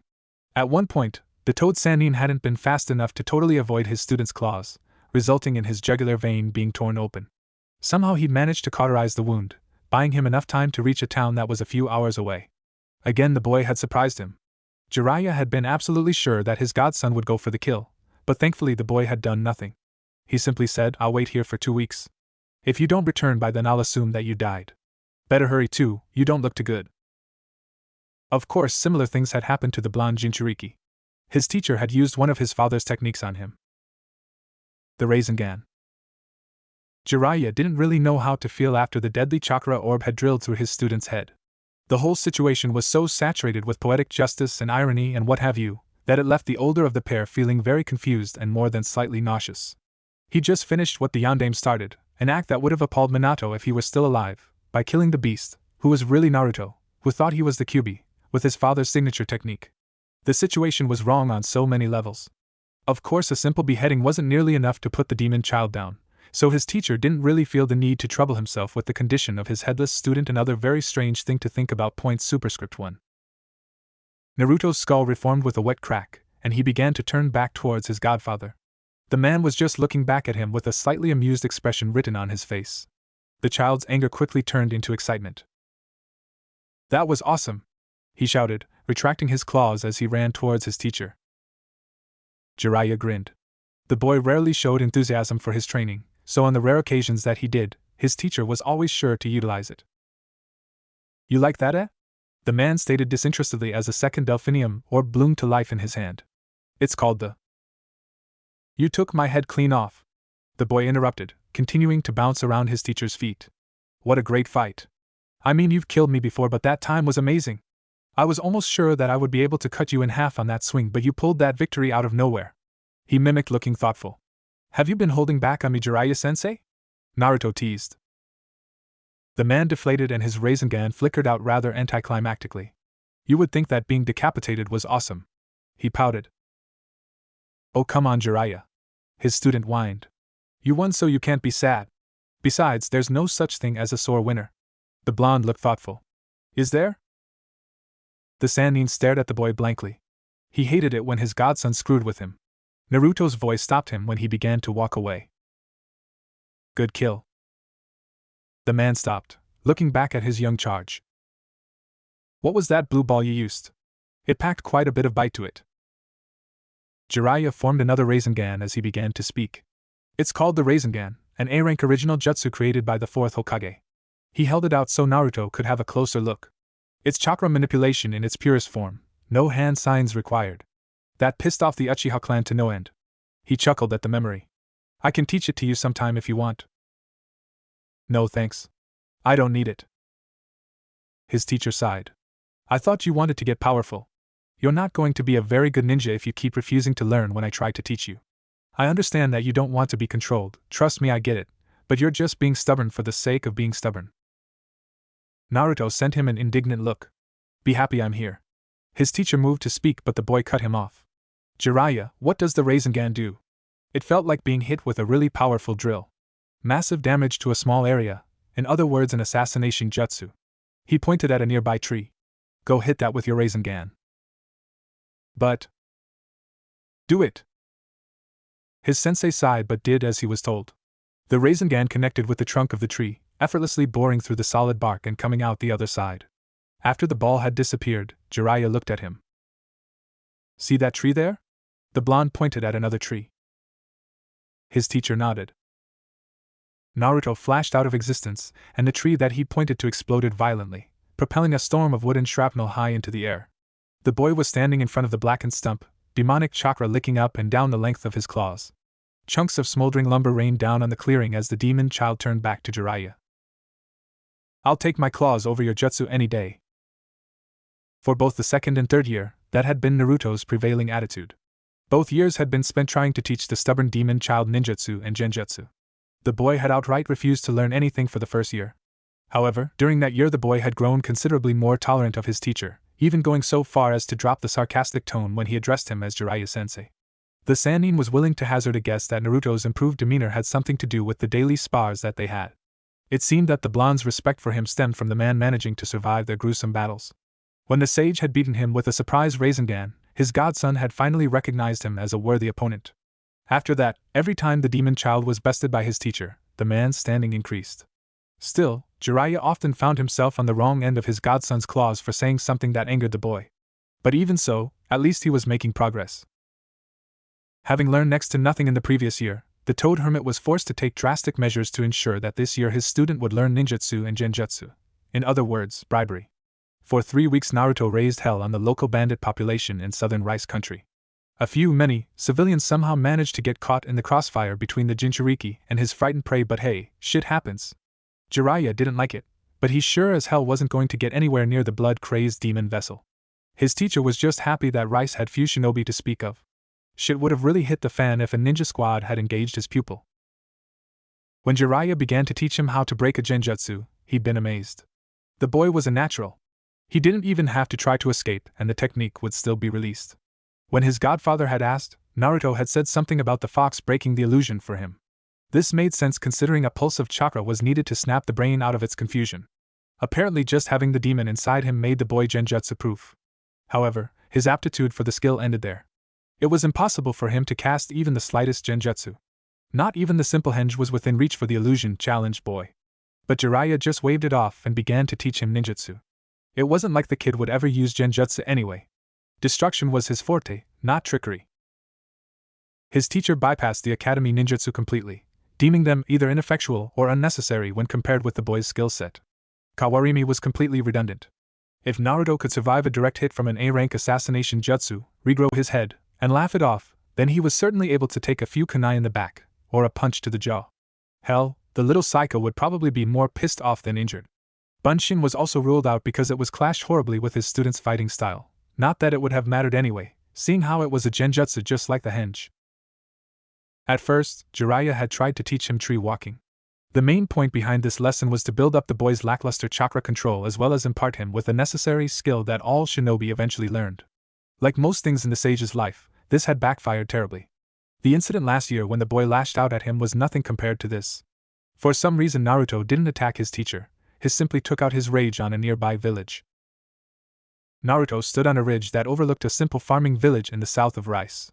He was seething with hatred as he watched the villagers happily going about their business, totally unaware that they weren't going to live to see another day. Behind the 6-year-old boy, 4 blazing chakra tails swished threateningly. He was weak. So weak that he couldn't even master a simple chakra control exercise. His teacher walked up cautiously behind him. The man spoke as though negotiating for the release of a hostage. Naruto, it's okay, just calm down. You can always try again tomorrow. A low growl slid through the boy's clenched fangs. I'm not weak. I'm the host of the legendary nine-tailed fox, and I will not let people think that I'm weak. I will show Jiraiya that I am strong. Hey sensei, want to see some chakra control? His sensei watched in dismay as his protege got down on all fours. Naruto's 4 crimson tails lashed violently against the ground, carving glowing trenches of molten earth in their wake. They snapped forward, coming to a stop before the child's mouth. Bolts of ruby-hued chakra arced between his tails, nearly shrouding his form from view within the tunnel of vermilion light. His tails remained absolutely still, acting as conduits for the demon's chakra as they coaxed the volatile energy towards the child's mouth. Having played their part, his tails struck the ground with a deafening crack, sending up a spray of melted stone on impact. For a moment nothing happened. The boy simply sat there, with enough demonic chakra floating between his gaping jaws to level a mountain. And then he struck. 4-tailed menacing ball. A small spark was the only warning Jiraiya had before a torrent of roiling crimson exploded from the Jinchuriki's gaping maw. Burning rays of light flashed outward and struck the village, instantly igniting it and the surrounding forest into a spectacular blaze. The ground buckled and heaved before exploding violently outward, acting as though it was alive, and was trying desperately to flee from the horrible pain that this boy was inflicting on it. The very sky seemed to melt. Bleed. Fire and ash rained from the heavens as the village was engulfed by the raging conflagration, and its outline greedily devoured by the sea of flames. After that, they were forced to flee Rice Country. Every ninja within 100 miles had been alerted to the boy's presence, and though the Jinchuriki wanted to stay, Jiraiya was able to convince him that they should leave. If Konoha's Jinchuriki as well as Jiraiya of the Sannin were discovered at the scene of the attack, it would plunge the hidden village into yet another war. Of course, Naruto hadn't cared one way or the other as to the fate his village would suffer for the crimes he'd committed. He was just happy that so many people now recognized his demon's power. They fled to Lighting Country, a gutsy move considering that the village hidden in the clouds and the village hidden in the leaves had never been on very favorable terms with each other. This proved to be of little consequence. After he'd obliterated the nameless village back in Rice Country, the little demon child was much more mellow, and was only too eager to learn what his godfather had to teach him. The pair picked up where they had left off in Rice Country, chakra control and ninjutsu training. At the same time, the Sannin taught the boy how to wield kunai and shuriken again. If it was possible, the boy appeared to have gotten even worse at throwing projectiles after the 2-year intermission between his training sessions. This time, not even the shuriken managed to stick into the target, a task that was very difficult to accomplish seeing how a shuriken's entire striking area was a blade. Again, the blunted portions of the weapons became more deadly than the intended blades. In his ire, the boy had crushed one of the weapons into a ball of crumpled steel and threw it at his target. Hurtling through the air at hypersonic speeds, the steel sphere struck dead center of the target, causing the wooden board to nearly disintegrate under the force of the blow. Jiraiya had his answer. The Toad Hermit had bought a duffel bag, loaded it up with as many ball bearings as he could, gave it to his student, and sent him off to practice his aim. Every single ball had hit its target with marksman-level accuracy. In essence, the Sannin had turned his godson into a cannon, and by using the Kyuubi's eyes as long-range telescopic sights, Naruto ensured that one shot was all it ever took to put a target down for good. The only problem was that now Naruto wouldn't do anything but throw projectiles. The boy was infuriating. He would camp out on cliffs for weeks at a time, sniping any cloud shinobi, traveler, holy man, or small furry creature that had the ill fortune of straying too close to his position. After killing nearly 40 Kyumonin in a period of 2 months, Jiraiya once again deemed that they needed to relocate. Like always, Naruto had complained, but lately the demon vessel hadn't been putting any heat into his words. It had been nearly 4 months since he last threatened to kill his godfather, and he'd been much less dangerous to spar with as of recently. At first the Sannin had thought that the child was beginning to have a change of heart, but after watching him pick off Cloud Nin from a mile out, cackling manically all the while, the notion was quashed. Perhaps the boy had grown fond of him, yeah right. Naruto was licking his claws clean after devouring another nameless victim. Although he didn't know the man's name, and didn't care, he had to commend the man for being such a tasty snack. He'd never eaten a pirate before, having spent his entire life either in a forest village, or on the run from armies of angry ninja. He'd expected pirates to taste terrible, considering that they were a ninja's mortal enemy, but Naruto took the high road. The boy just wasn't the type given to prejudice. He ate all people equally regardless of race, profession, or religious doctrine, and now he was very happy that he'd expanded his palate. Must have something to do with the salty air, he mused. Kid. Jiraiya groaned from his position at the helm. That's disgusting. The Jinchuriki rolled his eyes. Bigot. He turned around and what he saw caused the pirate meat to fall out of his mouth. His godfather was sporting a long naval petticoat, along with a puffy white shirt, black pants, and an eye patch. An enormous feather sprouted from the wide black hat covered his spiky white hair, and for some reason a monkey with a vest was perched on his shoulder. What the hell are you wearing? He exclaimed in horror. What kind of self-respecting ninja would dress up like a pirate? The ninja/pirate raised an eyebrow at his student's outburst. What kind of self-respecting ninja eats a pirate? He replied. A hungry one. Naruto deadpanned. What? It wasn't enough for you that we stole their ship, so now we're stealing their clothes, the blonde paused, and their monkeys? A smug look spread across his sensei's face as began to stroke the monkey on his shoulder. Commandeered. He corrected. We commandeered their ship. And the difference is the boy motioned for him to continue. It's a nautical term. Both he and the monkey tilted their heads to the side. Savvy? For a long while the boy said nothing. Finally, he turned around and continued to eat his pirate. Bloody pirates. The pair sailed towards the land of waves. Hopefully, they would be able to find a remote island where he and Naruto could cut loose without having to worry about collateral damage. Jiraiya was right for once. The Misty Island country was a good choice for training the violent Jinchuriki, and after 2 years, the boy had finally managed to complete his sporadic ninjutsu training. He could now tree climb and water walk, as well as use the Shadow Clone, Fire Dragon Missile, Swamp of the Underworld, Earth-style wall, and after much whining from his sensei, the Rasengan. It had taken the boy so long to complete his ninjutsu training because his chakra control was horrible, that, and after he'd finally learned how to rein it in, he began inventing a few ninjutsu of his own. At the monument he only had 2, the Kanonade Doppelganger and the Yambi Rasengan, but both were incredibly dangerous. The first was just his personal twist on the Shadow Clone Shuriken Jutsu. Unable to even throw shurikens, let alone use them in a jutsu, the boy had tweaked the existing technique to include his favorite projectile, a 3-pound steel ball. The result was devastating. With hundreds of heavy metal balls flying through the air at nearly Mach speed, entire battalions could be wiped out in the blink of an eye. That fact alone was enough to judge it an S-rank jutsu. Only Naruto had gone one step further. When his godfather had first begun his ninjutsu training, he had tested the boy to see what his chakra affinity was. As it turned out, Naruto had 2 elements, fire and wind. There was no question that the fox was behind his fire element, and apparently wind was his natural affinity. Fire and wind was a deadly combination for a shinobi to have, considering that the wind element fueled the ninja's fire jutsu to greater heights. Point in case was the Fire Dragon Missile. For a normal shinobi, the Fire Dragon Missile was a B-rank, mid-range ninjutsu, formidable but not unstoppable. For the host of the Nine Tails, the Fire Dragon Missile was a long-range A-rank jutsu that bordered on S-rank. Just adding a little bit of wind chakra brought the technique to an entirely different level. His original jutsu, the Kanonade Doppelganger, gained its lethal nature by piggybacking off of the force that the original ball was thrown with. One 3-pound ball traveling at 500 miles per hour became 1,000. This was just brute force and a cloning technique, but still it lived up to its S-rank title. For some reason, the boy must have found its destructive power to be inadequate, and, for lack of a better word, upgraded it. By infusing the original ball with wind chakra then throwing it, the technique became incomparably destructive. The steel spheres cut through air at ungodly speeds, and the shell of wind chakra amplified the sphere's penetration power to the utmost. Even if his opponent took cover behind a mountain, the steel balls would still hit their target. When you were under fire by this jutsu, there was no escape. The Yambi Rasengan was his second original jutsu. Simply put, it was a technique intended for use on a target that absolutely, positively, could not be allowed to see another day. In a nutshell, it was the 4-tailed menacing ball in the palm of his hand. The only difference was that now he could change the ball's path. Erecting a barrier jutsu like the Earth-style wall would do nothing to lessen the impact of the Rasengan, because Naruto would just sidestep the obstacle and deliver his payload. Mind you, the backlash from the Yambi Rasengan would instantly retire any normal nin that attempted to use the jutsu. Anyone who valued their limbs would want to stay as far away from this jutsu as they could.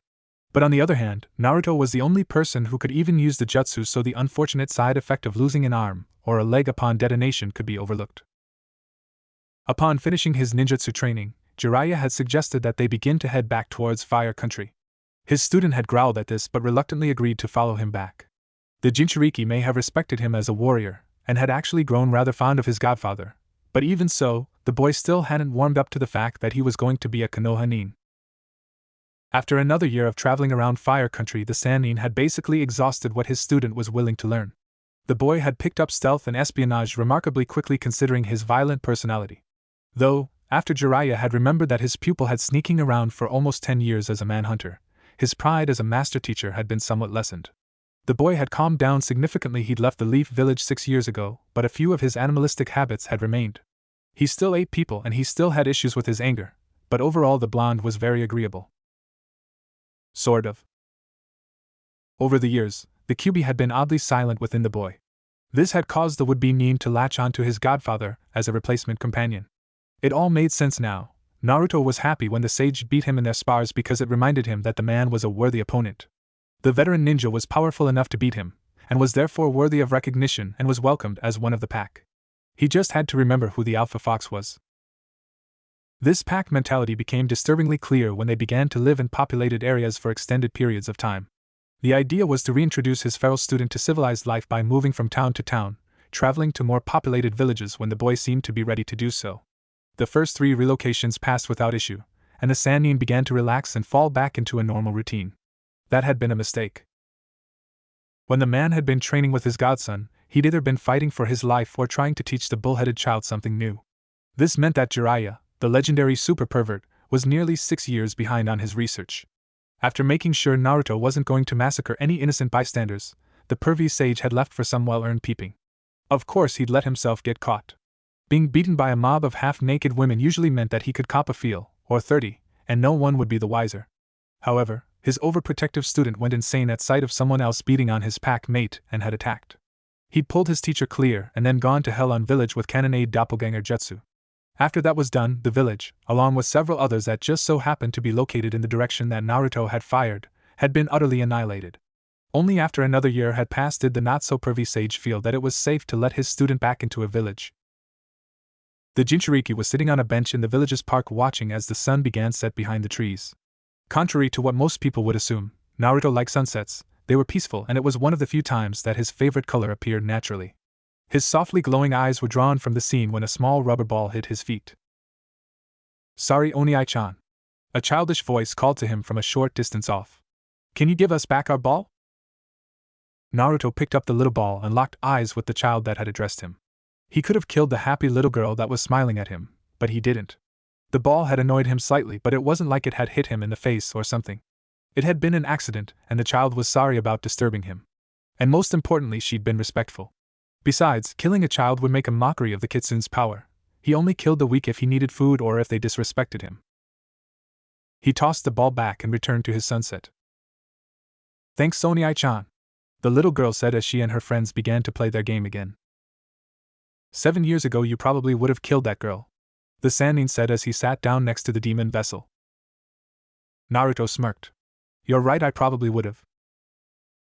The two of them sat in peaceful silence as they watched the fiery orange of the setting sun dissolve into the inky curtain of night. His sensei began to fiddle with his vest pockets. "I got you a present." "Oh? What's the occasion?" The man pulled out a rectangular box and handed it to the boy. "It's your birthday." Naruto looked confused. "You never gave me a present on any of my other birthdays. What makes this one so special?" His godfather chuckled. "If I'd tried this kind of thing before now, you probably would have gotten angry with me or something." Naruto smiled. "Yeah, you're probably right though, I suspect. You were just being stingy," he added as an afterthought. "Oh Naruto, you wound me so with your cruel, cruel words," the sage exclaimed melodramatically. "Just open your present, you little ingrate." The boy did so. In the box rested a pair of orange and black fingerless gloves. "You got me gloves?" he asked, feeling a little let down. "You are stingy." Jiraiya turned his nose up.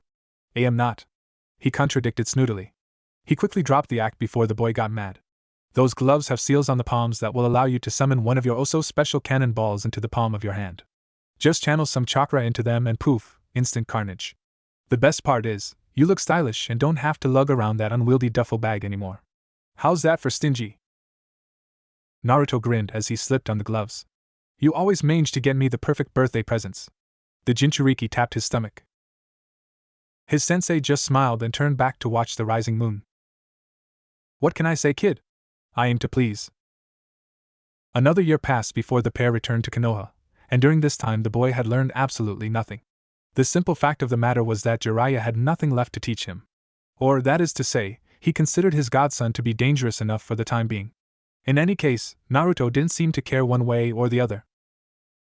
The one thing that never really changed over the years was the boy's insufferable pride. Rather than try to humble the boy, and most likely end up headless in the process, his godfather just let it be, and as a result the boy had gotten even worse. At the beginning of the trip he'd only been a Jinchuriki, and only was a rather iffy word to use when describing a demon vessel. Now, he was a Jinchuriki that knew 2S rank jutsus, 5A rank jutsus, trained extensively in hand-to-hand combat for nearly 8 years, and who could forget, was able to pop of a target's head at close to a mile away. Most genin couldn't even touch their sensei. Naruto had nearly killed his. His pride was well earned. But that didn't make him any less obnoxious. However, pride aside, the demon child was ready to return to Konoha, and so the Sannin had sent a messenger frog to his teacher. The old man had written back, "You may return when I have called for you." In other words, his teacher was in the middle of a diplomatic pissing contest with the clans and the council. Contrary to popular belief, paperwork was not the bane of all Kages. Political backlash was. Along with their undying fear of paperwork, many people were also under the impression that a Kage had absolute control over their hidden village. This was also false. In theory, a Kage held all the power in the village, but in reality, their power was disturbingly finite. The old man wasn't able to just kill people left and right for disagreeing with him. That is to say, legally he had the power to do so, but if he tried, his ninja would instantly rebel and strike him down. For all of the laws that the village had, it was still the person holding the biggest rock that was in charge. There was no question that Sarutobi held the biggest rock, but this did him little good if every ninja in the village turned on him. The majority of the clan heads, as well as the civilian council, were vehemently opposed to the idea of letting the demon child return. And Sarutobi couldn't exactly blame them for doing so. Naruto's attack during the day of mourning 8 years ago was still very fresh in the minds of citizens of Konoha. As such, they would never allow their leader to bring back the creature that had caused nothing but hardship for the village. This was true, but the simple fact of the matter was that Naruto was their ultimate weapon. All of Sarutobi's long-term plans rode on the boy. If the Nine Tails was coaxed into the hands of their enemies, the village would be razed to the ground within an hour. He had to return to the village as quickly as possible. In the end, it had come down to base intimidation. The clan heads had threatened to remove him from office, by force if the need arose, but Sarutobi had simply smiled at this. He pointed out that Jiraiya would be very displeased with them for killing his teacher, probably to the point where he would go rouge. As this was sinking in, the old ninja had offhandedly commented that Konoha's Jinchuriki was very protective of his godfather. He wondered aloud what the young boy would do to those who had killed his teacher's teacher. This of course shut everybody up. They tried to bully him by throwing stones. He retaliated by dropping a mountain on their heads. More often than not, this was the way that ninja politics played out. The clans and the council had no option other than to submit to their leader. But as a conciliation prize, the Hokage was willing to give in to a few of their demands. It's much easier to rule when people were under the misguided impression that their opinions mattered. Most of the demands had no bearing on the demon child whatsoever. The most common of the demands were petty things that the civilian council wanted. Things like Naruto can't eat here or Naruto can't buy from so-and-so, and so on and so forth. In layman's terms, nitpicking. The Sandaime knew full well that the boy would eat whoever he wanted wherever he wanted and that it would be a cold day in hell before the little bastard ever started taking orders from him. So he'd agreed. He loved Konoha, but people were going to die regardless of what he did. Right now, his job was to minimize casualties, not keep everyone happy. He could either anger the civilians or he could anger the Kyuubi. The civilians were clearly the lesser of two evils. The ninja present were a different story. They had wanted to wait another year to bring Naruto back, citing the upcoming Chunin exams as the reason to delay his return. If the boy was present during the exams and Kami forbid, killed one of the visiting dignitaries, Konoha would be ruined. Once word got around that the Leaf Village was home to a crazy ninja who ate potential customers, no one would hire a Leaf Nin ever again. The village's economy would be in shambles, making it all too easy for IWA or Kumo to finish them off for good. Sarutobi wanted to tear his hair out at naivety of their argument. In his letter requesting their return, Jiraiya had given him an overview of the Jinchuriki's training. Right now, the only thing that the old man could think about was the passage that detailed Naruto's brief stint in Lightning Country. If the blonde thought it was fun to set up shop on a cliffside and throw heavy steel balls at Cloud Nin, how would he react when he saw a bunch of rich, brightly clothed, fat people walking slowly and in single file towards the village gates. He'd have a fucking field day. If the child wasn't within the village walls by the time the Chunin exams began, the leaf would be ruined. It was possible, though highly improbable, that the boy would risk attacking a VIP while he was within the village walls. Naruto was strong, but he knew that he wasn't able to beat the entire ninja population of Konoha, plus 2 or 3 irate visiting Kages. He would most likely hole up in a dark, quiet place until the exams had blown over.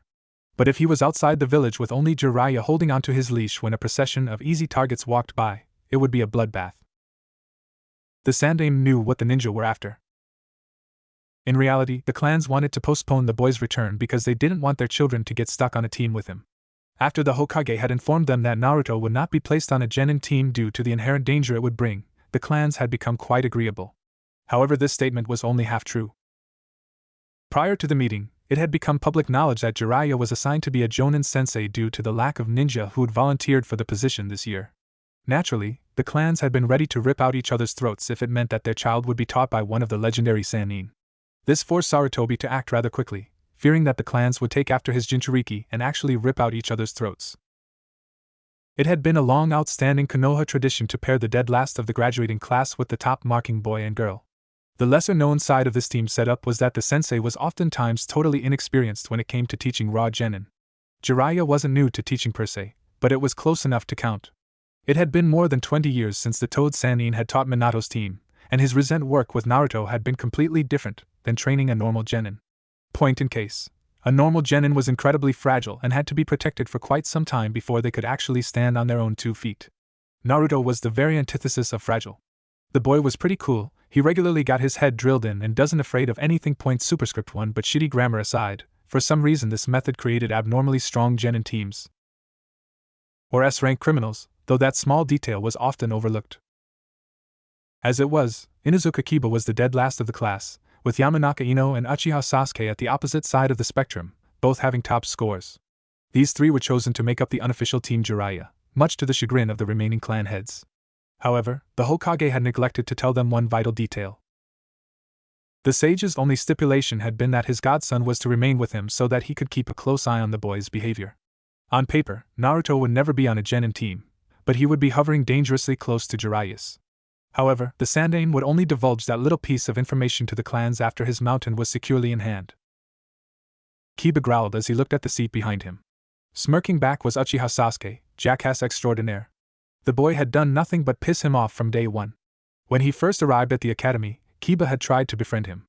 Sasuke had arrogantly stated that he would not befriend a weakling from a nothing clan and had promptly turned to leave, as though the mere presence of the other boy sickened him. As expected, Kiba had attacked him in a fit of rage, hoping that he could catch his opponent off guard and quickly win the fight. The fight was short. Kiba had gotten his ass handed to him by the much more experienced Uchiha. For years later, it still made him angry. In the weekly spars, Sasuke had proven himself time and again as he quickly and gracefully dispatched his opponents, cementing his place as the #1 taijutsu combatant. This had frustrated the boy to no end because his clan's claim to fame had been their unmatched ferocity in unarmed combat. Yet the Uchiha had managed to beat him at his own game over and over again, making his victories look easy. As if that wasn't bad enough, Sasuke also had the entire female population of their class chasing after him and proclaiming their undying love for him. That wasn't the bad part. The bad part was that he didn't do anything about it. He just sat there, stoic and composed as the girls went wild over how cool Sasuke-kun was. Kiba would have killed to be in the other boy's position, and just to spite him, the Uchiha did nothing. He didn't even seem interested in girls. That train of thought, of course, spawned the notorious Sasuke joke amongst the other boys in the class, but it was quickly snuffed out after he decimated them in the weekly sparring matches. The boy was absolutely perfect, and he was stuck as the dead last, just because he'd rather sleep than do written work. What good did the history of Konoha do him in a fight anyway? Again he growled. Sasuke continued to look smug. A lazy voice to his left snapped him out of his staring contest. Simmer down, Kiba. It's too troublesome to get worked up like that. The Inuzuka rolled his eyes. Shikamaru said that about everything. In fact, he was fairly certain that the lazy boy would stop breathing if it wouldn't kill him. I can't help it, that guy just rubs me the wrong way. The crumpled heap of Shikamaru on the desk made a small noise of annoyance. Troublesome. You'll probably never see him again after you graduate, so why should you care what he does? Kiba was about to reply when he realized that the boy fallen asleep. He contemplated hitting him on his oddly pineapple-shaped head to wake him up, but decided against it. Letting out a defeated sigh, he slumped in his chair and began to prod the sleeping Akamaru on his head. "Ya hear that, buddy? We won't have to deal with that stuck-up jackass anymore." The puppy on his head just yawned and burrowed deeper into the hood of his coat. That was something to look forward to. Never seeing Sasuke's haughty smirk was going to be the highlight of this year. Or so he thought. After Iruka had silenced the class with the notorious big head jutsu, he gave them a long, and rather boring, speech about how they were ninja now and how they were expected to act like adults. At least that's what Kiba thought his teacher was talking about. He'd chosen to follow Akamaru's example and burrow into his coat in hopes that he could sleep, and as such, only caught every third or fourth word that the man said. He was rudely awoken by a piece of chalk bouncing off his forehead. Iruka stared at him pointedly. At least he had the common decency to look embarrassed. "Sorry, sensei." He rubbed the back of his head. The Chunin just sighed and began to assign them their genin squads. Kiba dozed off again until he heard his name called. Team 7 consisting of Inuzuka Kiba, his and Akamaru's heads popped up. Yamanaka Ino, simultaneous groans were heard. And Uchiha Sasuke. At this, Kiba's head slammed loudly against his desk, causing his puppy to bounce not too gracefully off the hardwood surface. The little dog latched on to one of his ears, and over the pain and the growling he was able to hear a loud cry of, "Ha! In your face, forehead, Sasuke-kun is all mine!" Followed shortly thereafter by several anguished cries from the female population. This prompted yet another use of the big head jutsu. Yahem, as I was saying, Team 7 consisting of Inuzuka Kiba, Yamanaka Ino, and Uchiha Sasuke, your Jonin instructor will be Jiraiya of the Sannin. Pandemonium ensued. However, Kiba paid it no attention. Jiraiya of the Sannin? Hell yeah! With him as my sensei, I'll definitely become a kick-ass ninja. It's almost worth having the noisy girl and pompous prick on my team. He spared a glance out of the corner of his eye at Sasuke. The boy was grinning. Not one of his usual smirks, but a full-on split-your-face-in-half grin. It was kinda creepy. No, it was really creepy. But who cares? I got the Toad Sage Jiraiya.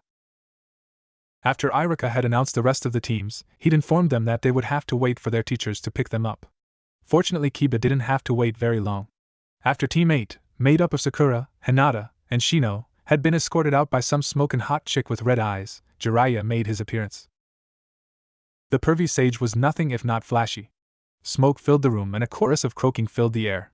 In the center of haze a hand shot out, fingers spread and swaying in tune to the music. As the smoke began to fade away, the Sannin spoke. From the east to the west and the north to the south he roams, battling the forces of evil and darkness. A faint silhouette became visible within the cloud. Men lock up their wives and babies dry their tears before my gallant presence. The legendary sage of Mount Myobokuzen. The smoke cleared completely, revealing a man standing in a strange pose atop a giant red and brown toad. Jiraiya. For a few seconds nothing happened, and then the room went insane. The newly christened genin flocked around the perverted sage, asking him a myriad of questions or simply screaming and passing out. Jiraiya was very proud with himself at the moment, but a small spike of hateful chakra quickly froze the blood in his veins. He had forgotten one very important thing: Naruto was competitive by nature. Killing intent flooded through the room, bringing the academy students to their knees by the sheer magnitude of the murderous aura. A whirlwind of red light exploded from the center of the room, sending tendrils of demonic chakra arcing through the room, hungrily seeking out a victim to devour. Abruptly the chakra storm stopped, revealing a blonde boy dressed in loose-fitting orange and black ninja attire, razor-sharp claws extended, fangs bared and crimson eyes blazing. Jiraiya-sensei, you forgot to mention me. He chided darkly as he began to advance on the Sannin. How will I ever make any new friends if nobody knows my name? The Toad Sage just rolled his eyes. Enough with the theatrics, Naruto, they get it. You're a badass. How about you just wait at the training ground like we discussed, and we'll come and get you after we're all acquainted with one another. The Jinchuriki pouted. You used to be a lot more fun than this. His childish look was quickly evaporated as he turned on Iruka. Do you remember me, Scarface? He grinned wickedly. Terrified, Iruka could only nod. Excellent, he crooned. I was beginning to fear that the village had forgotten me. With that he vanished in another blast of toxic chakra. Jiraiya groaned as he looked at his cowering genin team. Why did his godson always have to make things difficult? One thing that wasn't taught in the Ninja Academy was that for a shinobi, death was an unavoidable reality. Every facet of a ninja's life revolved around death, So much so, that by the time a ninja makes jonin, the practice of taking a life has become second nature to them. After a while, killing becomes a reflex, like blinking or breathing. Reports of blood-drenched jonin returning from their mission and reporting that nothing had happened were fairly common. In most cases, the veteran shinobi had literally killed their attacker in their sleep, or had killed their opponent, and had then forgotten that they'd done so. The most famous example of this kill and forget mentality that most high-ranking ninja developed had been demonstrated by Kakashi. The copy nin had been assigned an A-rank mission that entailed the assassination of a missing nin who had taken over a large village in the south of Fire Country. The man had declared that the conquered town would become known henceforth as the village hidden in the darkness, and had appointed himself Shodaime Yamakichi. To make a long story short, Kakashi had killed the self-proclaimed Kage, and had then proceeded to roam the countryside for nearly 3 weeks, searching for his long-dead target. He only returned to Konoha after he discovered that some spineless bastard had stolen his kill nearly a month ago, causing his mission to result in a failure. Having already received payment for the mission, Sarutobi simply chuckled softly at the jonin's report before telling him that he was dismissed. The killing reflex or auto-kill syndrome was polar opposite when compared to the mentality of a fresh genin graduate. Many genin were under the mistaken impression that the life of a ninja was glamorous and exciting. They imagined that they would grow up to be heroes, legendary ninja who garnered respect and adoration from all who encountered them. The overall attitude was that they would become powerful warriors who would one day swoop down on the enemies of the Hidden Leaf and crush them. To them, death didn't even enter into the equation. How could they possibly be killed? After all, they were ninja.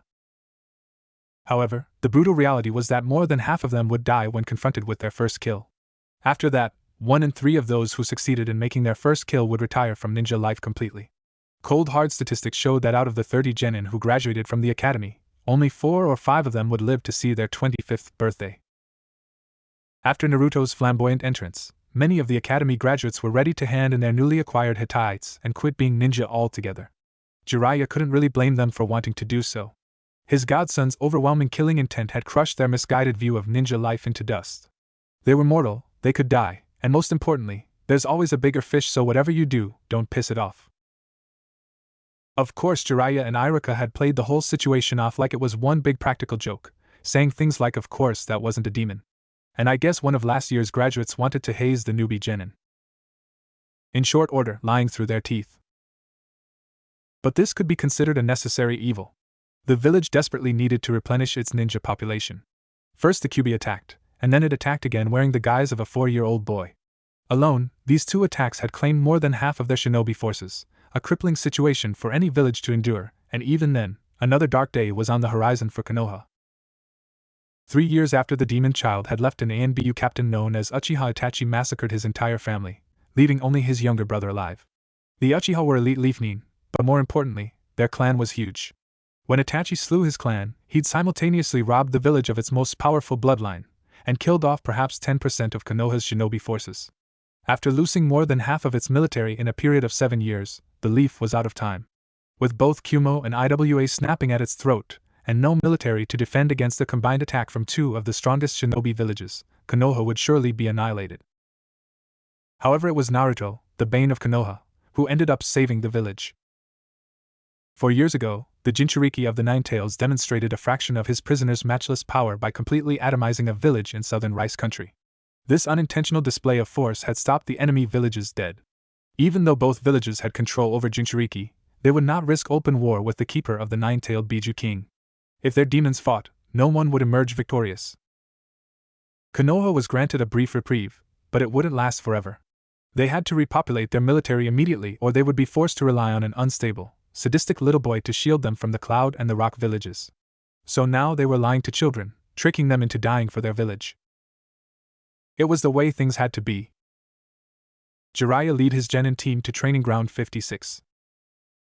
Training Ground 56 was an area that primarily taught ninja how to use the environment to their advantage.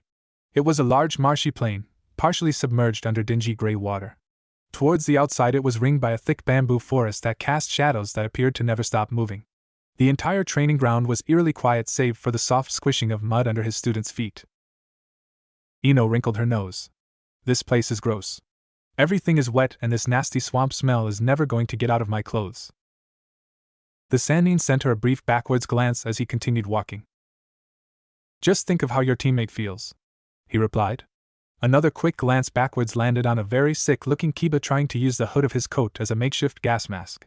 He did not envy the Inuzuka's heightened sense of smell at the moment. The blonde's eyebrows raised in realization. Oh, of course. She turned to Sasuke. Sasuke-kun, are you alright? I know this place smells horrible, but if you walk close enough to me, my perfume should cover it up. Sasuke didn't say anything, he just continued to walk forward. He was talking about me, you idiot. The indigent muffled voice of Kiba interjected. Ino rounded on her teammate with her hands on her hips. You! Don't be such a pervert. The only boy who can smell me is Sasuke-kun. I don't want to smell you, Kiba shot back. And even if I did, I'm an Inuzuka, I could smell your perfume from a mile away. But it's probably better if I didn't, since you would smell just as bad as the swamp. Jiraiya winced at his student's blunder. Kiba was correct, of course. The marsh stink had probably already saturated the girl's clothing, however he lacked the necessary tact to protect himself from the girl's fury.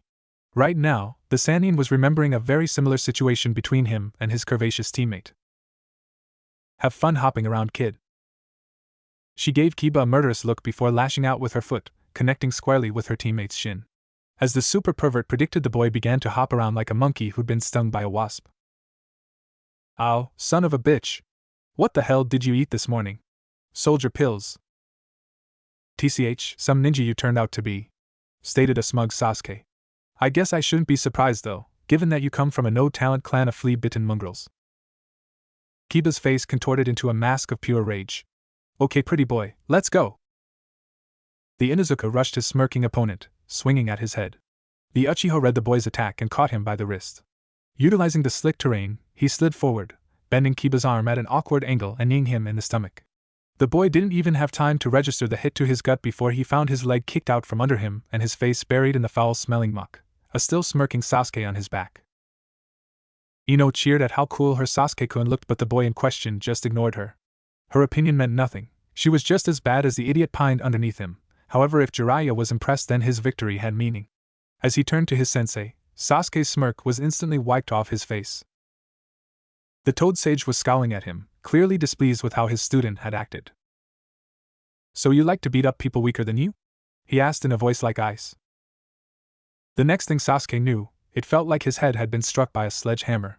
His vision went fuzzy and his ears began to ring, but still, he vaguely became aware that he was skipping like a stone across the wet ground. He slowly skidded to a stop, and after lying on his back for a few minutes in a vain attempt to try and stop the world from spinning, he shakily got to his feet. He looked towards his teacher. Jiraiya hadn't moved at all. He was just massaging his temples in an attempt to alleviate his current aggravation. Naruto managed to fuck everything up. You should play nicely with others, instructed a phantom whisper. The groggy Uchiha turned to face the voice. What he saw froze his blood. The demon from the academy. For a few seconds Sasuke couldn't even breathe. It wasn't a practical joke being played on the newbie genin by one of last year's graduates. It was a monster. A living, breathing monster. His mind screamed at him to run and hide from this creature standing behind him, but he couldn't. He was frozen with fear. That thought hit him like a bolt of lightning. He was an Uchiha, the last Uchiha, and yet he was cowering like an infant in the presence of this demon. Sasuke grit his teeth. He was a ninja, a fearless shinobi of the leaf, yet he couldn't even bring himself to face his foe. How could he possibly kill Itachi and avenge his clan if he couldn't even look at this creature? I'm not weak. I will destroy you, Itachi. Without warning, he pivoted on the slick grass, drawing a kunai from the holster on his leg as he spun, and burying it up to the hilt in the grinning demon's neck. He leapt back, retrieving another kunai. And to his horror, the demon boy didn't fall. Hell, he didn't even flinch. Naruto's ruby eyes lazily examined the blade that was jammed into his throat. The boy's expression didn't change as he ripped the blade out of his neck and tossed it to the ground in front of Sasuke's feet. You missed your target. You hit my clavicle instead of my jugular. A sharp metallic click caused a pair of wicked-looking talons to extend from the boy's fingers. Here, I'll show you how you do it. Naruto. The boy's head jerked towards his godfather. Jiraiya had a disappointed look on his face. Genin? Really? The insane grin on the boy's face fell as he looked back at a trembling Sasuke. The boy was weak. Far too weak to put up a decent fight against him. He could crush the little Uchiha like a bug beneath his boot, but this fact brought up a very pressing question. Why kill a bug? No one prospered from killing an insect. In the end, all you wound up with was a dead bug and a bunch of sticky goo on your shoes. The Jinchuriki turned away. No. Your flesh will not satisfy my hunger. There's no honor to be gleaned by killing trash like you. And with that, Naruto's claws retracted and he disappeared. The Toad Sannin breathed a sigh of relief. For a moment there, it looked like Sasuke would end up as fox food regardless of the fact that he was no challenge to the boy. He signaled for his students to gather around him, and as they were walking warily towards their sensei, the hermit raised a slab of dry land out of the marsh for them to sit on. As they sat down, the Sannin examined his team. Ino was faring the best out of the three. Aside from looking slightly pale, she seemed to be perfectly fine. Kiba wasn't in as good of condition as his blonde teammate, but he would live. His wounds were superficial, and the mud that now caked the front of his body wouldn't hurt anything except his pride. Sasuke was the worse off, but would still be fine. The punch that his godson had caught the boy with would hurt like a son of a bitch, but would do much more than that. Like Kiba, his pride was probably more damaged than his body. Thank Kami Naruto was pulling his punches. If he'd hit the other boy at full force, they'd be finding bits of Uchiha head in Lightning Country. What the hell was that? Muttered Sasuke as he continued to rub his throbbing skull. Jiraiya glared at him. I was about to ask you the very same thing. You provoked your teammate into attacking you so that you could impress your sensei by beating him. Guess what, kid? I'm not impressed. I'm pissed off. Sasuke's eyes drifted away from Jiraiya's, hoping that if he appeared aloof the older man would just leave him alone. Right now he didn't need to be scolded. The sound of muffled snickering to his right drew the Sannin's attention to Kiba.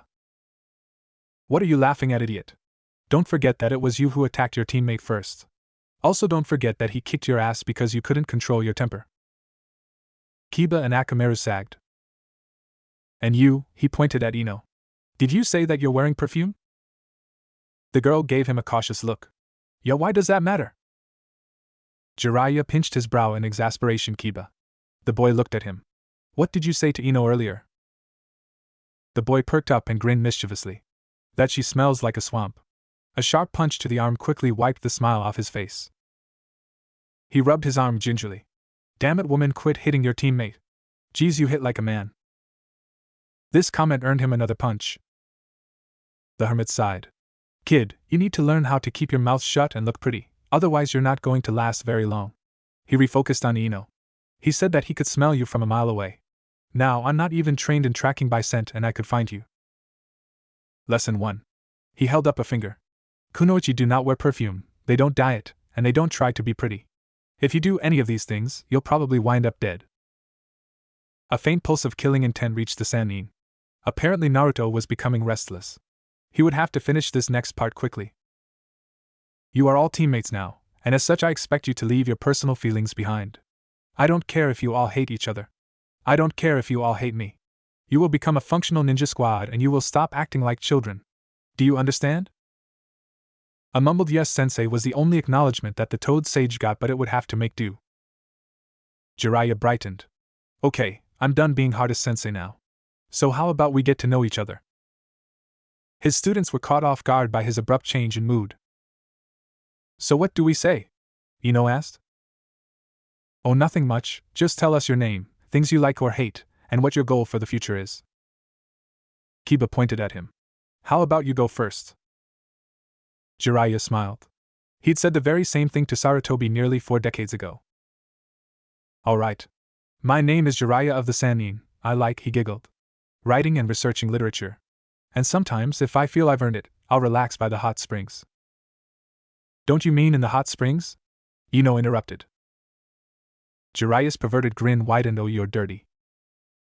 His students shared a confused look, but it went unnoticed by their teacher. I dislike people who abandon their comrades, and people who would betray their friends in order to become powerful. And my goal for the future is to see the 3 of you make Jonin. He pointed back at Kiba. Your turn, dog boy. The Inuzuka sent him an irritated look at the dog boy comment, but he let it slide. He'd eaten enough mud today. My name is Inuzuka Kiba. I like Akamaru, the little head dog, yipped. And learning new ninjutsu. I dislike people who look down on my clan or underestimate my skill. He shot a glare at Sasuke, who pointedly ignored it. And my goal for the future is to become head of the ANBU Hunter Nin like my dad was. Jiraiya nodded. This kid was so similar to him when he was young that it was scary. Princess. Go. Ino flicked a piece of hair out of her face and began to speak.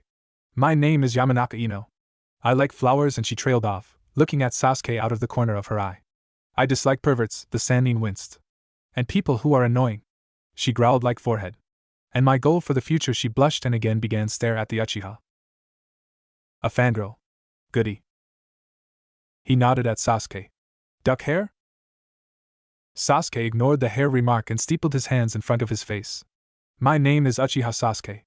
There are very few things that I like and there are many things that I hate.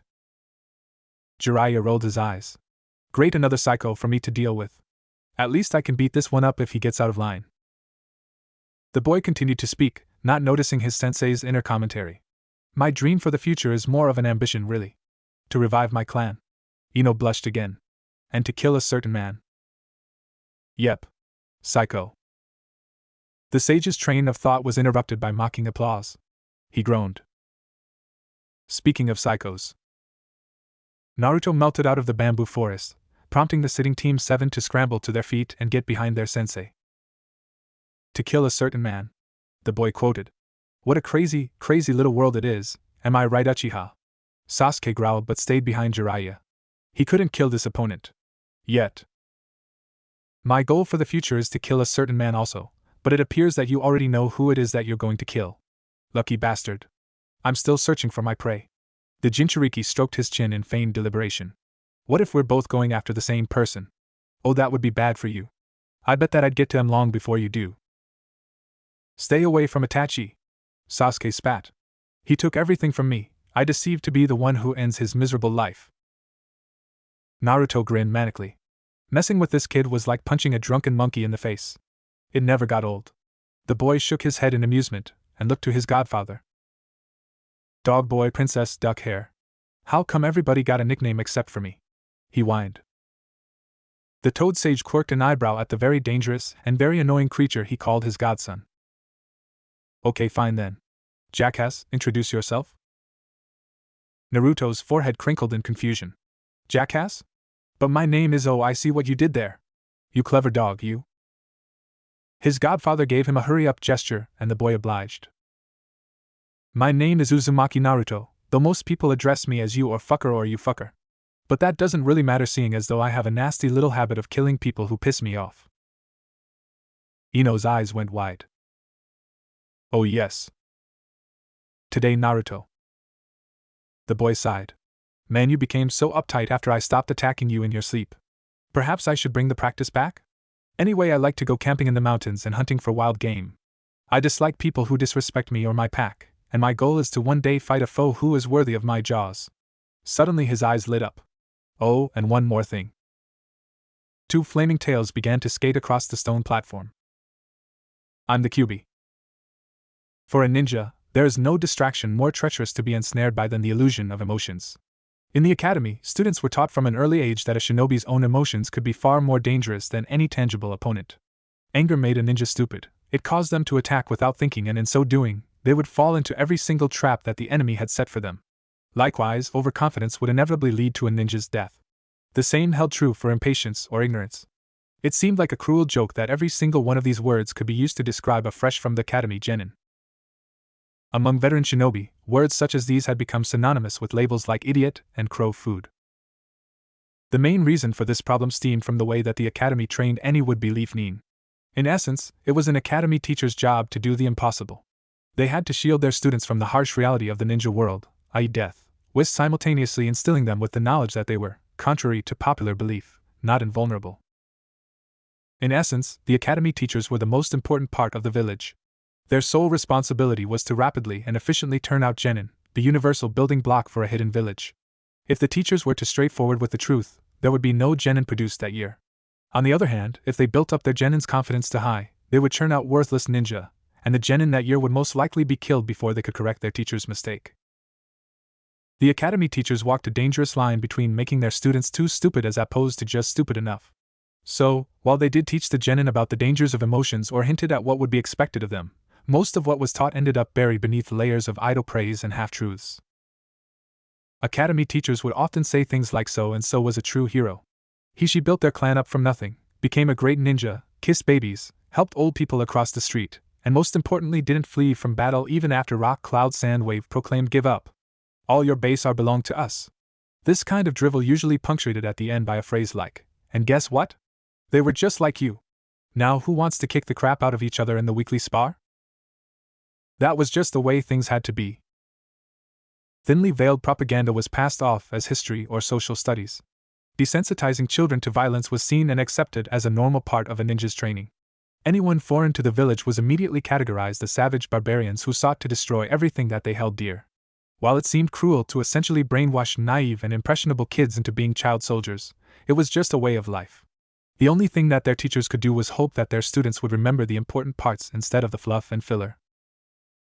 After Naruto's not-so-gentile announcement that he was the Kyuubi, the most hated and feared enemy in the history of the Leaf, only Sasuke was able to remember his basic training. Though it didn't do him much good. He remembered that his anger made him stupid, but he couldn't bring himself to calm down. Remembered that his fear would hinder his abilities, but still he trembled before the demon. Remembered that pride was the ultimate killer of shinobi, yet couldn't shake the delusion that he would be the one who would finally kill the Nine Tails. Sasuke's head remained attached to his neck at the end of the day only because his sensei kept an iron-like grip on his collar. Reason abandoned him, and he scrambled wildly against Jiraiya's restrictive hand in a vain attempt to escape. Naruto's crimson eyes adopted a mixture of vague amusement, utter contempt as he watched the Uchiha struggle against the Sanin's grip. Sasuke clenched his fists, barely noticing when his nails cut bloody crescents in his palms, and began to thrash harder. Those loathsome red eyes held the exact same expression that Itachi's eyes did after he'd killed their family. Naruto said nothing, having no need for such an unpleasant interaction when his insane grin and malicious eyes were speaking far more eloquently than he could ever attempt to. Judging by Sasuke's frantic motions, the message came across perfectly clear. You are trash. You will always be trash, and there's nothing you can do about it. I could crush you into dust on a whim, and nobody would be able to help you. You think you're powerful, but you're not. You think you can beat me, but you can't. You derive your pride from a bloodline that you don't even possess yet, leeching off the honor that your ancestors obtained and claiming it for yourself. How pitiful. Your brother was right not to dirty his hands with your blood. The worst part was, the boy was right. He would die if he tried to fight the demon vessel. Naruto could destroy him on a passing fancy, and no one would be able to save him. And what was truly horrible was this: he didn't have his Sharingan. In fact, it was possible that he would never develop his clan's famed Kekkai Genkai. According to the scrolls in the Uchiha compound, a little less than half of the clan was never able to unlock the Sharingan. For Sasuke, the inability to activate his Sharingan was his greatest failure. Everything rode on his bloodline, his future, his dream, everything. For the second time in his life, Sasuke found himself trapped under the wicked gaze of a scarlet-eyed of a monster. And for the second time in his life, he was completely helpless. Kiba was a different story entirely. The boy neither remembered nor wished to remember his basic training. As the dead last of the class, he only tuned in for the lessons where so-and-so kicked the asses of at least 100 enemy ninja and when it was time for ninjutsu or taijutsu practice. With only the sugar-coated lies fed to him by Iruka-sensei, the Inuzuka was ill-prepared to be a ninja, let alone look upon the face of the monster that killed his father. Ironically was Naruto's unimaginable killing intent, not logic, which saved Kiba's life that day. Inuzuka are fiercely loyal to their pack mates. Family and friends were protected at all costs, and any death that befell clan would not go unavenged. For them, the Kyuubi's attack 12 years ago was an unspeakable evil. No clan had been scared more deeply by the Nine Tails than the Inuzuka. Right now, the only thought that was going through Kiba's head was how to make the bastard fox suffer. His Inuzuka blood roiled at the thought of being so close to the creature that murdered his father. It demanded that he kill the boy, crush him, rip him to shreds, burn him to ash, anything in order to avenge his father's death. However, he couldn't. He could barely even breathe. His Inuzuka side roared for the boy's blood, but his primal instinct screamed at him to run away. Every muscle, every cell, every fiber of his being begged him to flee from this demon that stood before him. The Jinchuriki's killing intent was triggering literally every single defensive instinct in Kiba's body to go off at once, paralyzing him by the sheer overload of information. The boy couldn't have moved even if his life had depended on it. However, his instincts played their part. Kiba walked away from training ground 56 alive. Ino reacted in the most non-ninja way imaginable. She fainted. For a ninja, fainting during battle was the ultimate dishonor. You could be knocked unconscious or pass out due to blood loss, but you would never faint like a spineless coward when presented with an opponent. Especially if you were female. The life of a kunoichi often made a shinobi's look tame by comparison. Not only were they expected to carry out all of the duties of a male ninja, complete with war, assassination, and low life expectancy, but they also had to handle seduction missions. Seduction missions were the lowest of the low. A kunoichi was forced to give her body to an ugly, and oftentimes violent man, in hopes that she'd be able to weasel a piece of information out of him. After completing this task, the men back in the village would avoid the seductress for a few weeks, regardless of the fact that the mission was absolutely necessary. And to top it all off, the pay sucked. After all, most seduction missions were C-ranked. And if that wasn't bad enough, shinobi still had the gall to label them the weaker sex. Displays such as fainting only encouraged this idea, hence why no female ninja would ever find herself caught dead fainting like a frightened little girl. While Ino's behavior was shameful, it wasn't entirely unexpected. At this stage in her ninja career, gender didn't even enter into the equation.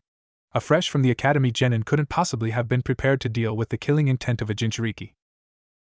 Especially the jailer of the Nine Tails. Naruto lazily eyed his godfather's team, snickering softly as the Uchiha continued to flail like a chicken with its head cut off. What an amusing little creature he was. It looks like I've outlived my welcome once again. He shook his head in mock embarrassment. I simply must learn to contain my excitement whilst meeting new people. I'll never make any new friends if everyone I meet is so opposed to my foxy companion. I suppose that if I can't be all buddy-buddy with your genin team, I'll have to fill the horrible void in my soul with violent and destructive missions. Oh, woe is me! Naruto's face split into an evil grin. I'll be seeing you soon, Jiraiya. And with that, he flickered out of view.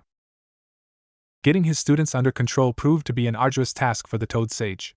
Sasuke had been unusually vocal about following the little blonde killing machine even though he knew that he couldn't even compare to the boy. This suicidal behavior would make Jiraiya's job very interesting in the upcoming weeks. What good would a legendary Uchiha if he was batshit insane? The Sannin couldn't understand it, but for some reason Sasuke felt the need to use Naruto as a measuring stick. Jiraiya had nothing against friendly rivalry, but this kind of reasoning was fundamentally flawed. The most noticeable aspect of this backwards logic was that even Jiraiya of the legendary Sannin ranked below his godson in terms of raw power. Comparing Sasuke to Naruto was like trying to compare an anthill with a mountain. And if that wasn't bad enough, the Keeper of the Nine Tails would be furious if he ever found out that the Uchiha thought himself a worthy opponent. To besmirch the demon vessel's honor so blatantly would bring about destruction on an unimaginable scale. It would make the incident in Rice Country look like a joke. Kiba was just as bad, if not worse than Sasuke. Contrary to the boy's usual bombastic personality, he'd calmly asked when their training would begin. Even to an untrained civilian it would have been simple work to discern the Inuzuka's intentions. He was going to try to kill Naruto. Jiraiya just shook his head. Right now, the hermit could count those who were a match for his godson on his hands. After the boy had fully realized his potential, he would be completely invincible. Again, Kiba wasn't even on the boy's radar and, in all likelihood, never would be. Thankfully Ino didn't follow the example of her teammates. She only signed on as a ninja because Sasuke-kun had become one. If it meant having to deal with an unstable demon vessel, so be it. However, that didn't mean, by any stretch of the imagination, that she would openly challenge the boy in one-on-one combat just to impress the Uchiha. She'd be eaten alive. And so would Sasuke if he decided to challenge Naruto. The Uchiha was dreamy and cool, but this kid was a monster. Even the Yondaime, the strongest ninja in the history of Konoha, hadn't been able to defeat the Kyuubi. What possible chance did fresh genin have against the beast that the fourth Hokage couldn't kill? After he'd managed to get his genin to calm down, Jiraiya spoke. Naruto, he locked eyes with each of his students, is unlike anything you've ever encountered. He's not a boy, he's not your comrade, and he is not to be trifled with. Kiba scoffed at this, causing Jiraiya to raise an eyebrow. You don't believe me?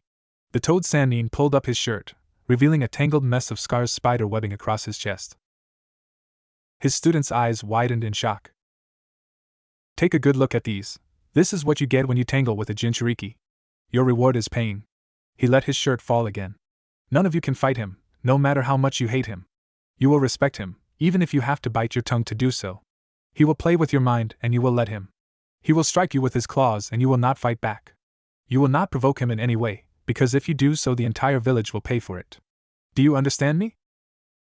Ino replied with shaky, "Hi, sensei," but her teammates made no move to acknowledge their teacher. Do you understand me, genin? Jiraiya repeated in a frigid voice. Yeah, Kiba mumbled. Sasuke just offered a HN that could probably be construed as agreement before turning his eyes away from his teacher. Perfect. The Sannin growled dryly as he began to stand. Let's begin your training. The process of being assigned a higher level mission, A rank or S rank, was more often than not an incredibly boring and convoluted procedure. Unless time was of the essence, accepting a dangerous mission could take anywhere between 6 hours to 6 days. There was paperwork, meetings with the client, strategizing, more paperwork, and last but not least, haggling over pay. However, the rules could be bent if a Jinchuriki was the one asking for the mission.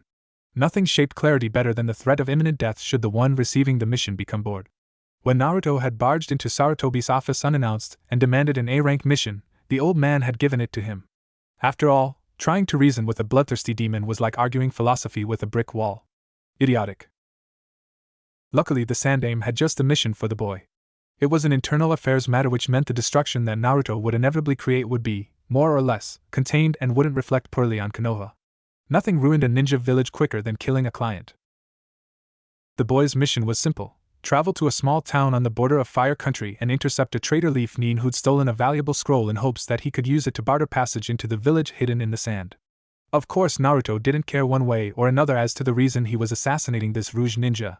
He just wanted to kill someone. Overall, the boy's interaction with the old Hokage was very favorable, but nevertheless Sarutobi still had one stipulation for the mission: sending along an ANBU babysitter. The Jinchuriki didn't seem to mind this new condition. After all, babysitter and sack lunch meant the same thing, right? Traveling at top speed, it only took 2 days for the boy and his ANBU consort to reach the border of Fire Country. Near the end of their 5th day of travel, it had begun to rain, and even now, the foul weather persisted. While this rain was annoying, at least for the ANBU, it was ideal for an assassination. The clouds shrouded the light of the moon, and the falling sheets of icy water obscured the target's vision. A target would be wrapped in perfect darkness, unaware of their imminent demise even after the assassin's blade was lodged firmly in their heart. Then the killer would melt like a wraith back into the rain and darkness. That was the idea anyway. Climbing to the edge of a small cliff, the demon vessel came to an abrupt halt. Naruto adopted a low stance, gauging his target by using 2 of his fingers as makeshift sights. He appeared to do nothing, remaining perfectly still as rivulets of water fell from his statuesque body. He continued to aim into the darkness. His ANBU escort growled impatiently, rain pelting audibly off of his porcelain mask. "What the hell are you doing, demon? Your mark is going to be long gone if you don't stop wasting time." The boy said nothing. He flexed his gloved hand, causing a large steel globe to materialize. He lowered his finger sights. The bird mask hid its wearer's surprise. "You don't actually think you're able to hit him from here, do you?" Again the child said nothing. The ANBU threw his hands up in the air in exasperation. "You're insane! I'm an ANBU scout and I can't even see the town that this guy is supposed to be staying in. How could you possibly think that you'll be able to hit him from up here? We're probably over 2 miles away." The Jinchuriki's eyes flared to life, cutting through the gloom and the rain as they raked across the distant village with their baleful crimson glow. "Quiet," the boy bit out. His ANBU babysitter mumbled something about how it wasn't his fault that the mission had failed and that the Hokage couldn't blame this one on him. Naruto shot him a look that promised death. "The noise will cease, or the killing will commence," he growled irritably. The man fell silent. Naruto turned back to the practically invisible town, and spoke as though he'd fallen into a trance. "Target within interval of 3-mile range limit, shot deemed acceptable. Wind speed at approximately 2.8 to 3 miles per hour, compensate for interference with a rotational speed of 5.5 to 5.7 revolutions per second to the left. Negative gravitational acceleration and constant of thermal expansion accounted for. Correcting shot for the Coriolis effect, Magnus effect, and gyroscopic drift. Target is stationary and unsuspecting. Projectile air time estimated to be 7.2 to 7.25 seconds, percentage of lethal shot, 98.5%. Engaging to render target eternally silent." The Jinchuriki's arm seemed to teleport into the throw, sending the steel ball barreling towards the village at unimaginable speeds. A deafening bang accompanied the shot, an after effect created by the lightning-quick movement of the boy's arm. The concussive wave rippled through the tall grass and the falling rain, flattening the plant life near the epicenter of the blast and momentarily creating a crystal curtain out of the falling rain. The friction created by the Naruto's arm cutting through the air had lit the appendage on fire. The flaming cocoon hissed angrily as it was struck by the droplets earthbound water, however the boy didn't even notice. Even when the flames began to slowly peel the flesh from his arm, he stood perfectly still. A look of malicious excitement slowly spread across his features as he continued to track the orb's trajectory. Matsugo sat on the bed in his hotel room as he watched the rain fall. He was having a good day, just a few more hours and he'd finally be in Wind Country, safe from the monster that plagued Konoha. No psychotic Jinchurikis to worry about in Suna, no sir. Suddenly the man exploded. His head and torso appeared to have been liquefied completely on impact with the supersonic projectile, splattering messily across the walls of the hotel room. Absolutely nothing above his waist was identifiable. Bones, organs, and muscle had melted together into an unrecognizable soup that now painted the room. Beyond a shadow of a doubt, Matsugo was dead. So much for disappearing unnoticed back into the rain. Naruto smirked. Target has fallen silent. Mission accomplished. He slowly extended his claws as he turned around. But you don't care, do you, Anbyu-san? Because you're already dead, aren't you? The boy finished turning around and learned that his previous statement was correct. The man was dead. Headless, in fact. The Jinchuriki shifted his attention to the cloaked figures that murdered his babysitter.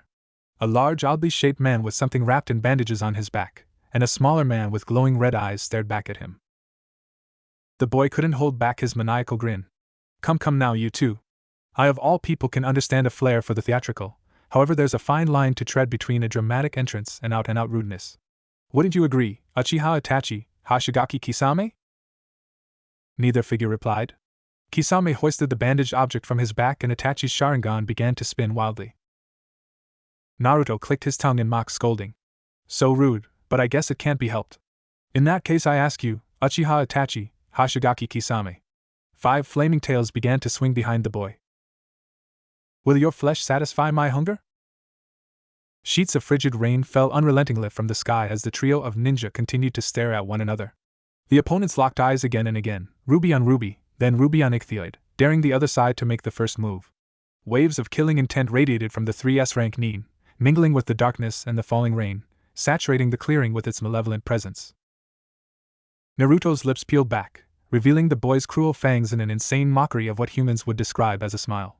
His expression held no mirth whatsoever, quite the opposite, in fact. It was a look of sadistic excitement and bloodlust, a pale impersonation of human emotion. This would be it. This would be the battle that validated his existence. This would be the moment that defined his life. He would do battle with the pair of infamous Nuke Nin. The ninja would kill each other, stripping muscle from bone and until naught was left but hollow shells of twisted flesh in a macabre attempt to rip the life out of the opposing side. The Jinchuriki's heart began to pound in anticipation, his 5 blistering tails thrashing at the ground behind him. Across the field from him stood the ultimate prey. If he was able to bring them down, he would feast on the sweetest meat imaginable. The blonde began to salivate at the thought of it. Or better yet, they would kill him. Finally his nightmarish existence of eternal boredom and disappointment would be over. No more would he have to search for a worth opponent. No more would his existence be meaningless. If Kisame and Itachi cut him down in battle, if he died violently and painfully in this unnamed field, torn in two with his blood mingling in the mud and rain water, he would finally be happy. He could think of no other end more befitting for a demon than this. Again Naruto's eyes flicked to Kisame. The Kirinin's eyes held an identical malice within them, a cold animalistic hunger that only fellow monsters could understand. The missing nin's shark-like grin threatened to split his face in half, reviling row after row of large jagged teeth. Even in the suffocating darkness, the Jinchuriki's demonic eyes could clearly make out the shape of the swordsman's muscles straining through his sodden cloak, begging him to do battle with young boy. The boy's eyes shifted again, this time landing on Itachi. The Uchiha was much less interesting to look at when compared with his towering partner. His Sharingan eyes continued to spin slowly, conveying a subtle danger with their hypnotic rotations. The man's face remained perfectly neutral, apparently unperturbed by the massive amount of killing intent generated by the blonde and his own sharky accomplice. He stood statuesque, tranquil. Even in the midst of 2 dangerous creatures sizing each other up for the approaching clash, his face didn't betray a thing. Itachi simply stood there, waiting. Itachi? The deep and slightly trembling voice of Kisame asked. The man continued to stare unblinkingly at their target. HM? Clear me to engage the target. I don't care if your plan is half done and I don't care about collateral, just clear me to engage. Though Itachi's face didn't show it, the Kiri swordsman had surprised him. The Akatsuki had strict rules about nearly everything, with the foremost being the rules of engagement. Collateral damage of any kind, though often necessary, was unacceptable. Their organization had to remain in the shadows and as such, they afford the luxury of running wild. However, this wasn't what surprised him. What surprised him was the tone of voice that Kisame used. The Shark Man had ordered Itachi to clear him for combat. Akatsuki was an extremely rigid organization. Operatives were always paired in teams of 2, no more no less, consisting of a senior member and a junior member. Out in the field, the senior's word was unbreakable, unquestionable law. If the junior failed to follow the orders of their senior, no matter how trivial, Leader Sama would punish them severely. For Kisame, the junior, to give an order to Itachi, the senior, was something unheard of. The very notion was almost insulting enough to warrant the use of the Tsukimi. No. Itachi deadpanned. And be wary of your tone, Kisame. Were we alone, I would not hesitate to remind you of your place. The monster of the mist just grinned wider as he finished unwrapping the bandages that constrained his sword. Sorry, senpai. I'll accept my punishment after the fight. The eyes of the normally stoic Uchiha narrowed in anger. Nothing he could say would stop the blood-hungry shark man now. Trapping the swordsman in the Tsukuyumi would be somewhat detrimental to their current situation, and killing him outright would be just as ill-advised. Itachi was powerless against his partner's stupidity, a situation that he'd hoped to have been rid of after leaving Anbu. Go, he whispered dangerously. Kisame shot across the field at speeds seemingly impossible for a man of his size, his beloved Samahata trailing behind him as though it were made of paper. Upon seeing this, the demon vessel let loose an ear-splitting roar. Dropping to all fours, the boy seemed to vanish, creating a trail of smoldering grass and charred earth as he closed in on his newest prey. Under normal circumstances, the Kirinin wouldn't even be able to see the Jinchuriki due to the speed at which the boy was moving. But at night, Naruto's five-tailed chakra cloak lit up in the darkness like a signal flare. The shark man planted his foot on the slick grass, and without even waiting to completely stop, swung his blade. Samahata intercepted the crimson blur with sickening force, stopping it dead. However, that was all that the Kiri swordsman managed to accomplish. Instead of doing what most people did after being struck by the legendary sharkskin, i.e. rocket uncontrollably through the air, the demon child did the unthinkable. He absorbed the hit. His claws formed a crosshatch web as they connected with the sword, and although his legs nearly buckled under the force of the swing, he was able to remain standing. Though the very notion seemed impossible, Naruto, through brute strength alone, had managed to block Kisame's massive sword. If the Kiri Nukenin was surprised, his face didn't show it. With practiced ease he adjusted his stance, flipping his grip in the process so that he could take advantage of Samahata's long handle, before levering the giant blade downward on the boy. Naruto grit his teeth as the swordsman slowly but surely began to overpower him. The demon vessel twisted out of the way, causing his opponent to lurch forward at the sudden loss of resistance, and inadvertently bury Samahata in the soft, muddy ground. Caught off guard, the monster of the mist was forced to momentarily abandon his weapon in order to dodge a head-level swing from the boy's razor-sharp claws. The child missed and consequentially overshot his target by a fairly large margin. He landed, and was forced to immediately duck as Kisame's colossal weapon passed through the space where his torso previously was. He weaved through the Kirinin's unnaturally quick strikes with the grace of an acrobat, dodging every single swing effortlessly, dancing around his much larger opponent, playing with him. The Nukenin mistimed one of his strikes, and the demon container immediately exploited it. After a running lunge, the jagged blade hung in the air for a fraction of a second too long, just enough time for Naruto's claws to latch on. The Jinchuriki slammed the sword into the ground before lashing with his 5 immolated tails at the flat-footed Kisame. The burning appendages knifed through the air at incredible speeds, whipping and spearing all around the still madly grinning shark man. The swordsman had to admit, this kid was good. It didn't take a genius to figure out that Kisame was the muscle of the operation. His thick muscles, huge stature, and colossal weapon screamed, "I'm a close combat freak. Let me crush your skull." However, that was the only function he could play.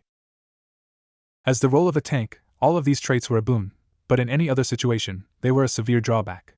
The swordsman's considerable bulk hindered his ability to dodge, forcing him to rely on his thick hide and sturdy bones to protect him in combat. But when facing an opponent like a Jinchuriki, not even his stout defenses would be able to shield him from the beast's punishing blows. Already, the blonde's talons had torn across his torso multiple times, each time striking closer and closer to the Mist Nin's vitals. With the path between him and his weapon barred, Kisame was beginning to become slightly nervous.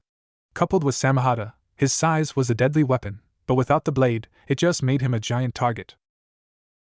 The shark man roared in pain and frustration as Naruto's claws once again raked across his chest, carving deep, angry wounds into his blue flesh. He lashed out blindly, scoring a lucky punch on the boy with enough force behind the blow to tear a normal man's head off. Though disoriented, and in a considerable amount of pain, the demon child was able to spin into a clumsy landing. As soon as he touched down, the boy found himself on the defensive, flipping away from the thorny blade as Samahata nearly ripped him in two. Again the boy landed, only this time when he hit the ground, pain exploded from his shoulder. He lashed out at the phantom assailant, only to be blindsided by the Sharkman's newly reclaimed weapon. Naruto sailed through the inky sky, a bolt of lightning revealing the boy's mutilated left arm and an arc of blood trailing behind him. The blonde's injured body struck the ground with a wet squelch, and for a moment he didn't move. Waves of excruciating pain flared throughout the demon vessel's ruined arm, the mass of tattered muscle seemingly unable to heal itself. Suddenly the Jinchuriki was on his feet, cackling wildly as his fishy opponent began close the distance between them. He flexed his uninjured right hand, conjuring a metal ball into existence, and targeting the swordsman's head. But as soon as the shot was lined up, another spectral blade entered his body. Only this time it struck his perforated arm. The pain was unimaginable. Naruto howled in rage, swinging his tails violently in hopes of crushing the unseen opponent behind him. Even though it felt like fire was lancing through his arm, the boy didn't forget about his target. With an ear-splitting bang, the heavy cannonade was sent rocketing through the air towards the charging swordsman. The supersonic projectile connected with Kisame's forearm, splintering the Sharkman's thick bones with an ease that suggested that they were made of toothpicks. The force behind the impact was more than enough to send him sprawling face first onto the wet ground. Across the battlefield, Itachi's Sharingan eyes widened. To the traitor Uchiha, time had all but stopped, giving him a clear view of the incoming cannonball that was streaking towards him. He dodged, dropping to his knees and sliding forward through the mud as the heavy steel ball missed the top of his head by, literally, a hair's breadth. The ex-Leaf-Nin immediately knew that he wouldn't be able to draw out this battle. Against the host of the Nine Tails, the duo's normal strategy, trapping the opponent in a genjutsu and letting Kisame beat the crap out of them, would be of no use. For starters, the boy had already inflicted a crippling injury on his partner. Without the use of his arm, the swordsman would be hard-pressed to beat the boy unless he merged with Samahata. And even then, the prospects looked bleak. The wounds that his shadow clones had been inflicting on the boy were being healed almost instantaneously. Even that last strike to the boy's heavily wounded arm didn't seem to do anything. Any other ninja would have fallen to the ground unconscious from the pain, or at the very least stutter in their next attack. But Naruto had barely even flinched. It seemed that the only thing that Itachi had managed to do was piss the Jinchuriki off. The drawback that came with their two-man Akatsuki cell could only be exploited under such a selective set of parameters that it was thought to be non-existent. And yet here he was, dead in the water. The impossible had happened. Kisame, the monster of the hidden mist, had been rendered practically useless due to his shattered forearm, and Itachi didn't have the skills necessary to incapacitate the demon child. At least not without damaging his eyes no end. Genjutsu was completely ineffective against the demon container. During the trio's little staring contest at the beginning of the fight, the Uchiha had cast no less than 20 different genjutsus on the boy. Every single one of them had been broken before they even had a chance to take hold, and the scary part was that the boy didn't even seem to be consciously releasing the illusions. With his ace in the hole gone, Itachi was forced to rely on his taijutsu skills. However, the Jinchuriki had managed to rob him of that skill as well. The simple fact of the matter was that Naruto's veil of demonic energy was far too potent to come into direct contact with.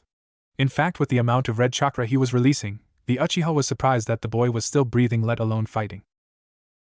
Ninjutsu was still available to the Konoha Nuke-nin, but it didn't make much of a difference. The large majority of the jutsu that he knew were area of effect jutsu. Not only would they draw an obscene amount of attention to their little battle, but he would also catch his partner in the crossfire. With all other venues closed off, Itachi was forced to use his ultimate trump card. As the Sharingan wielder pirouetted out of the path of a second steel ball, he was able to briefly lock eyes with his opponent. Their crimson orbs met only for a fraction of a second, but that was all the time Itachi needed to seal the boy's fate.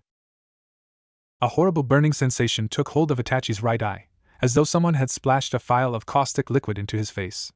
Blood began to drip down the side of his face, and his vision blurred out of focus. Tsukuyomi. Itachi's eyes flashed into a shuriken design, and abruptly Naruto found himself bolted to an iron crucifix. The Jinchuriki roared in pain as the weight of his body began to crack the stake-impaled bones of his arms and legs. But even amid the torturous pain, a twisted grin spread across his face. Time to meet something scary. He chuckled. The demon child snapped his head up, meeting eyes with floating figure of Uchiha Itachi. This is the realm of the Tsukuyomi.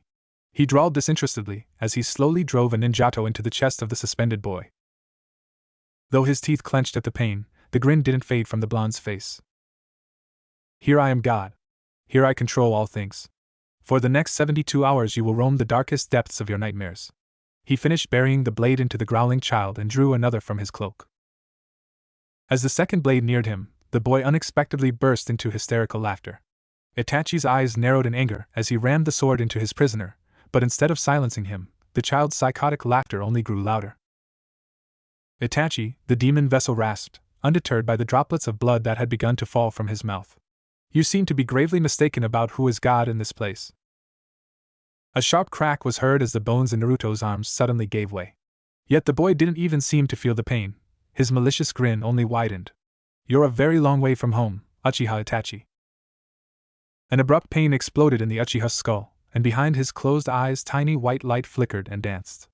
He opened his mouth to cry out in surprise only for his mouth to fill with putrid-tasting water. Itachi recoiled from the taste on instinct, unintentionally breaching the surface of the shallow water. The Sharingan wielder's mind was a storm of questions, the foremost of these being what happened. And where am I? Of these two questions, the latter was much easier to answer. The shin-high murky green water, the labyrinth of pipes running overhead, the soft trickle of distant drainage conduits. He was in a sewer. A rather large and sinister sewer, but a sewer nonetheless. His first question never got the chance to be answered.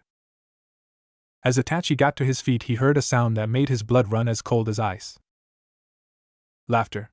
Menacing, inhuman, earth-shattering laughter. Laughter that he'd only heard once in his life 12 years ago on the darkest day in Konoha's history. The laughter of the Kyuubi.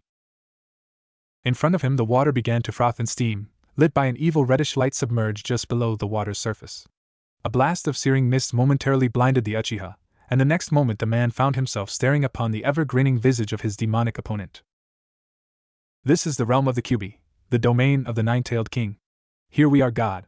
Here we control all things. The laughter crescendoed, igniting the surface of the water through some unseen means, and the boy's figure was quickly consumed. However, his demonic voice continued to echo throughout the sewer. For the next 72 hours you will roam the deepest depths of any nightmare that I can imagine. Welcome to hell, Uchiha Itachi.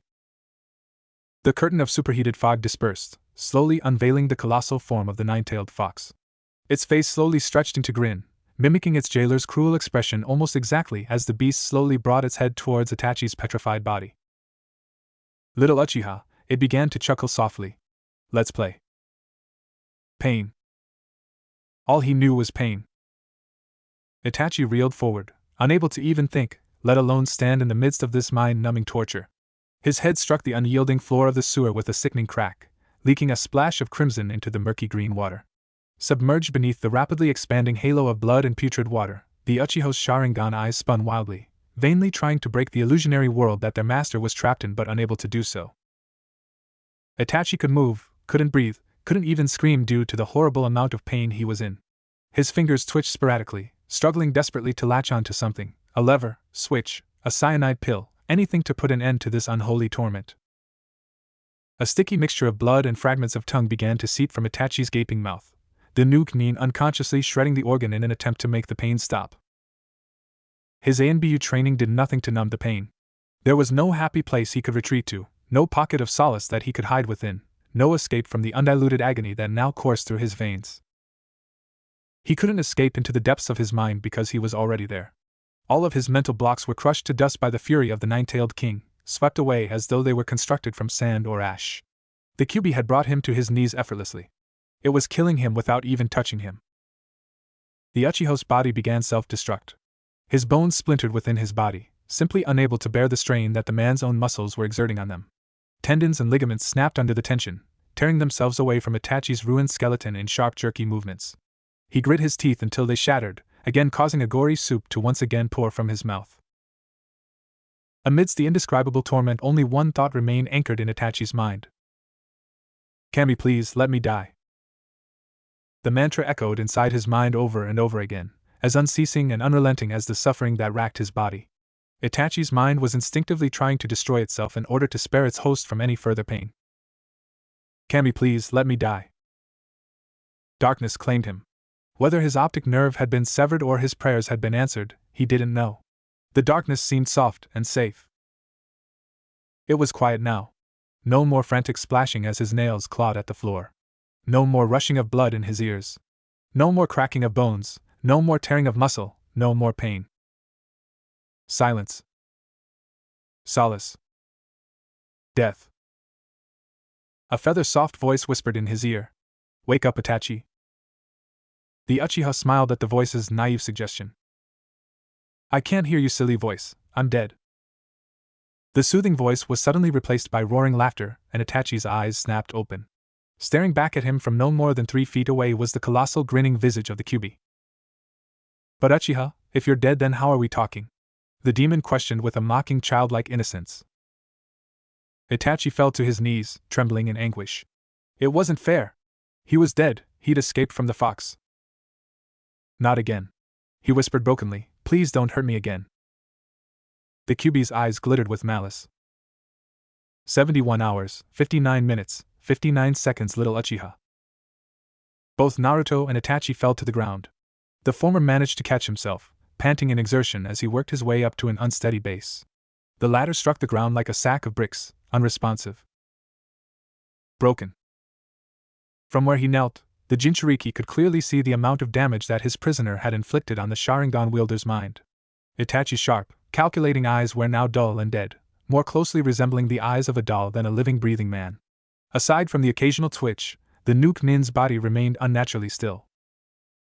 If one were speaking scientifically, Itachi would still be considered to be alive. His heart continued to beat, his lungs continued to breathe, and his chakra network still circulated his life force. But all it took was a single look into Itachi's legendary eyes to realize he was dead. The omniscient they once said that a person's eyes were the windows to their soul, reflected in the Uchiha's eyes was nothing. His brain still functioned, but his mind was shattered. Itachi was gone, but the earthly chunk of meat that people knew as Itachi remained.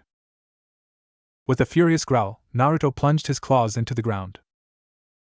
How? How could the pride of the fabled Uchiha clan die so easily? How could this happen? Again he'd been robbed of his existence. Again he'd done battle with a supposedly worthy opponent, only to be met with bitter disappointment. Again the wheel of pain had been turned. Amid the storm of anger and disbelief that raged in the boy's mind came a small nagging feeling, like he had forgotten something. It was a thunderous punch to the temple that finally rid the demon vessel of his amnesia. Kisame. He skidded across the slick ground, unable to recover from the first blow in time to dodge the second. 5 knife-like claws entered the boy, carving a series of deep, bloody gashes across his back. Naruto roared in anger, tails whipping blindly at the source of his pain, striking nothing but open air. Again the hammer-like fist connected with his head, and again the boy was sent flying. Strobes of multicolored light danced across his vision as he flew into the air, creating a technicolor nightmare which served only to accentuate the throbbing pain that now coursed through his head. Naruto knew of no word which could aptly describe the force behind the Sharkman's blow. It had felt like a building had collapsed on top of him. Nothing had ever hit him with such horrific power before, which was most likely the reason why Naruto had never before felt such overwhelming excitement. Yes, Hashigaki Kisame. You are worthy of my claws. Your flesh will satisfy my hunger. The Jinchuriki twisted in mid-flight and touched down, driving up a spray of earth on impact. He hooked his claws into the ground, slowing his out-of-control momentum just enough so that he could roll into a low crouch and face his assailant. For the first time in a very long time, Naruto was surprised. Looking back at him was the hulking figure of Kisame. The Kuririn seemed to be more shark than man now. 2 large fin-like appendages extended from his arms with a third running down the length of his back. His whole head had changed, becoming sleeker and more streamlined, jutting slightly forward in order to better utilize his massive crushing jaws. Wicked saber-like claws extended from the tips of his fingers, and a transparent membrane connected the digits to one another, like the feet of a frog. However, all of these features were quickly forgotten when the demon child caught sight of his opponent's powerful tail. It swished slowly, menacingly, behind the Kuririn, an action that made Naruto's body cry out for the swordsman's blood. Kisame was a monster, a demon. Something like him. The boy's tails began to mimic the motions of his enemies. They slowly swept back and forth across the ground behind him, challenging Kisame, encouraging him to attack. A look of psychotic glee seeped into the Kyuubi Jinchuriki's face. Kill me. The Nuke Nin needed no further encouragement. He crossed the distance between them in the blink of an eye, his wrecking ball fist once again aiming at Naruto's head. The boy vanished in a flash of crimson mere seconds before the blow connected, and a sudden pain lanced across the shark man's face. Kisame's eyes darted around wildly in vain hopes of finding his invisible foe. A flicker of scarlet was the only warning he had before the demon vessel's talons embedded themselves into his side. Kisame roared in anger. His hand shot forward, clamping down on the Jinchuriki's neck with horrendous force. Naruto's eyes went wide as his windpipe gave way with a wet crunch. The Kiri-nin whipped his body into the ground again and again, as though he were little more than a rag doll caught in the grasp of a sadistic child. The shark man pinned him to the ground and readied the claws on his massive hand for the killing blow. And then, suddenly Kisame was on the defensive. Naruto's flaming tails tore into his opponent's body, their demonic energy burning large rotting holes into the Nuke-nin's hide. Kisame acted on reflex, viciously backhanding the boy in an attempt to escape from his lethal tails. However, luck seemed smiling down on Kisame. The jarring impact of the blow given the Kiri swordsman just enough time to escape from his foe's fiendish tendrils. The grievous wounds that littered the shark man's torso slowly began to heal, though the pain still lingered. Apparently the little bastard's tails inflicted damage on the soul. Kisame would most likely deal with this pain until the day he died. He shot a backwards glance at the rapidly healing boy. And if he couldn't figure out a way to put the Jinchuriki down, that day would arrive much sooner than he had anticipated. The sound of quiet laughter floated past the Nuke-nin's ears and a smile slowly began to creep across his face. This kid was good. The laughter slowly intensified until it erupted into an echoing symphony of psychotic laughter. Excellent. Excellent. I haven't felt so alive in ages. Again, Kisame, kill me again. The swordsman turned, hands blurring through seals. Water release, Grand Waterfall Jutsu. Fire release, Fire Dragon Missile Jutsu. The union between fire and water could only be properly described by one word. Catastrophic. The nearby town was completely annihilated, consumed by the advancing wall of water, smothered beneath the 1,000-ton wave. All manner of plant life crumbled into fragile chunks of ash in the presence of this unholy supernova before being swept up by never-ending wave. The laws of nature seemed to abandon this spectacle. Flames continued to burn beneath the dome of water. Waves rejected the laws of gravity, bent into inaction by a sinister will. The world dissolved into wasteland of steam. This was a submarine voyage to hell. This was a thing that should not be. And shielded from the eyes of Kami beneath the veil of steam, the demons fought. They were animals, wild dogs whose unquenchable lust for the enemy's blood had blinded them to thought and reason. Tactics were abandoned, strategy was meaningless, and any semblance of form was cast aside as the monsters ripped into one another with teeth and talons. Naruto materialized out the mist, slamming his blood-drenched claws into the shark man's chest again and again, hardly noticing the deep, jagged gashes that had been inflicted upon his own body. It was unfathomable pain that finally halted the demon container's assault. Kisame's massive jaws slammed shut on the boy's shoulder, severing the Jinchuriki's entire arm in a torrential spray of gore. Naruto roared in agony, which only caused the monster of the mist to tighten his hold on the child. The Kyuubi vessel shifted his attack, his claws jackhammering through Kisame's neck in a shower of blood and tissue. The Kiri-nin recoiled in shock, unintentionally releasing the boy from his jaws in the process. Now that he was free, Naruto could inflict some serious damage. He vanished into the fog, distancing himself from the swordsman in order to maximize the effectiveness of his next attack. When he took aim with this jutsu, taking cover behind a mountain wouldn't be able to save his target. And then suddenly it hit him. His gloves were gone. On two separate occasions Naruto's arms had been ripped from his torso, the first by Samehada and the other just now. And while his arms may have regenerated, his gloves didn't. His thoughts were brutally interrupted as Kisame's knee collided with his jaw. Instinctively the Jinchuriki torqued his body in an attempt to land on his feet, but to his great surprise and mild panic, he realized he couldn't move. He was trapped within a globe of water, his body held stationary by the water's crushing pressure. His burning eyes widened when they locked with those of the Kiri-nin below him. The cruel light inside the shark man's eyes told him everything. Kisame was going to drown him. For the first time in his life Naruto felt fear. True fear juxtaposed by true happiness. The human side of his mind screamed at him to do something, anything, to avoid the cold grasp of the Shinigami. His demon side screamed at him too, but for a very different reason. If he was going to die here, Kisame would die as well. The demon vessel racked his oxygen-deprived brain for an answer. It didn't disappoint. They had pit their bodies against one another in a test to see whose broke first. Now they would do the same with their minds. Ivory flames erupted from the child's mouth, enveloping his form entirely, and instantly the aquatic prison began to boil. Kisame grit his teeth at the blistering pain that shot through his arm. It felt like he'd submerged his hand in magma instead of water. His initial reaction was to tear his hand from the sphere of frothing water, but he knew that he couldn't. This would be his only chance to defeat the demon boy.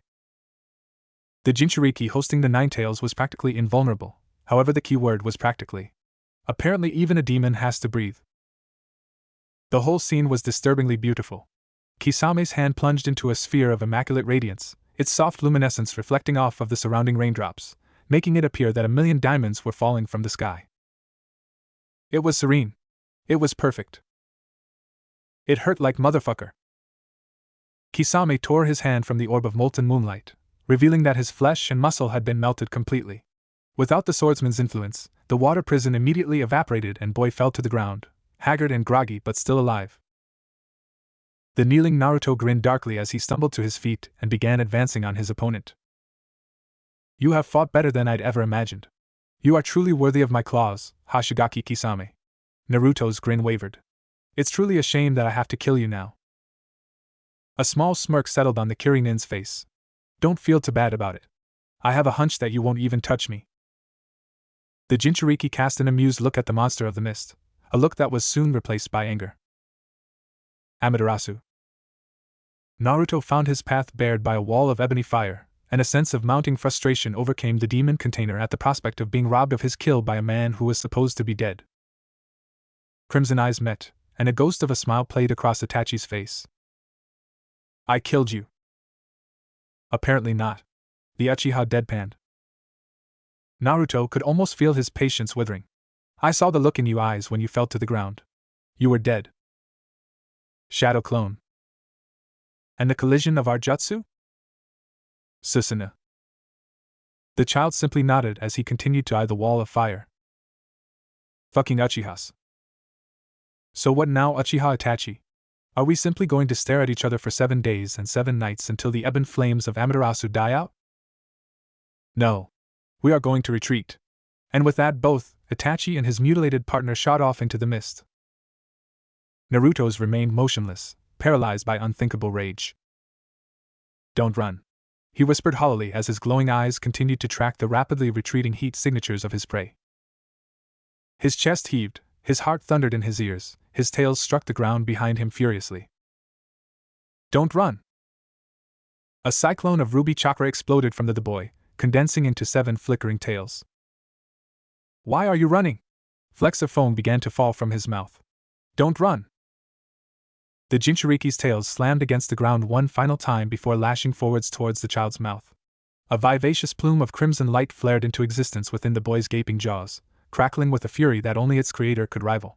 Sparks of black light danced across the orb's surface, eclipsing the scarlet sphere until nothing but darkness remained. 7-tailed menacing ball. It was like witnessing the birth of a second sun. The foggy wasteland was swallowed beneath an ocean of light and fire, utterly consumed by the flames of inky garnet. Sky met earth, and all things dissolved into a nightmarish realm of shadow and flame. Hurricane-force winds leveled what remained, their actions seemingly guided by an evil master. There was no life in the void, only death. A malefic grin spread across Naruto's face as he surveyed his handiwork, but as the midnight flames began to die down, his face twisted into a mask of hellish rage. They had lived. The spectral form of Susanoo wavered out of existence, and Itachi fell to the ground, tears of blood leaking from his patternless Sharingan eyes. Itachi was blind. All around the Uchiha, shards of silver glass clattered to the earth, shattered remnants of the unbreakable mirror, the Yada no Kagami. Not even the legendary shield of Susanoo could stand against the might of the 9-tailed fox. Kisame had escaped from the attack unscathed due to his partner's interference. To Naruto, this only led insult to injury. Not only did he fail to kill the fleeing pair, but he also wasn't even able to touch his true prey. His attack was for nothing. A mirthless chuckle floated out of the Jinchuriki's mouth. Still alive? The boy's tail slowly began to move back towards his mouth. Allow me to remedy that. A voice as cold and unyielding as steel sounded from behind him. Shinra Tensei. Naruto's eyes widened in shock as pain exploded throughout his entire being. It was as if some vengeful god had reached out of the heavens and backhanded him. He was sent rocketing into the air at incredible speeds, cutting through the sky like a bullet. With a sickening crack he struck the ground, the impact of which broke nearly every single bone in his body. The sharp stone of the earth tore into his body, peeling great strips of flesh from him with every subsequent impact. He didn't know how far he'd been thrown, and he didn't care. Only one thought lingered within the boy's mind before darkness claimed him. He had been defeated. Pain's eyes narrowed in anger as they took in the scene of hellacious destruction that now stretched before him.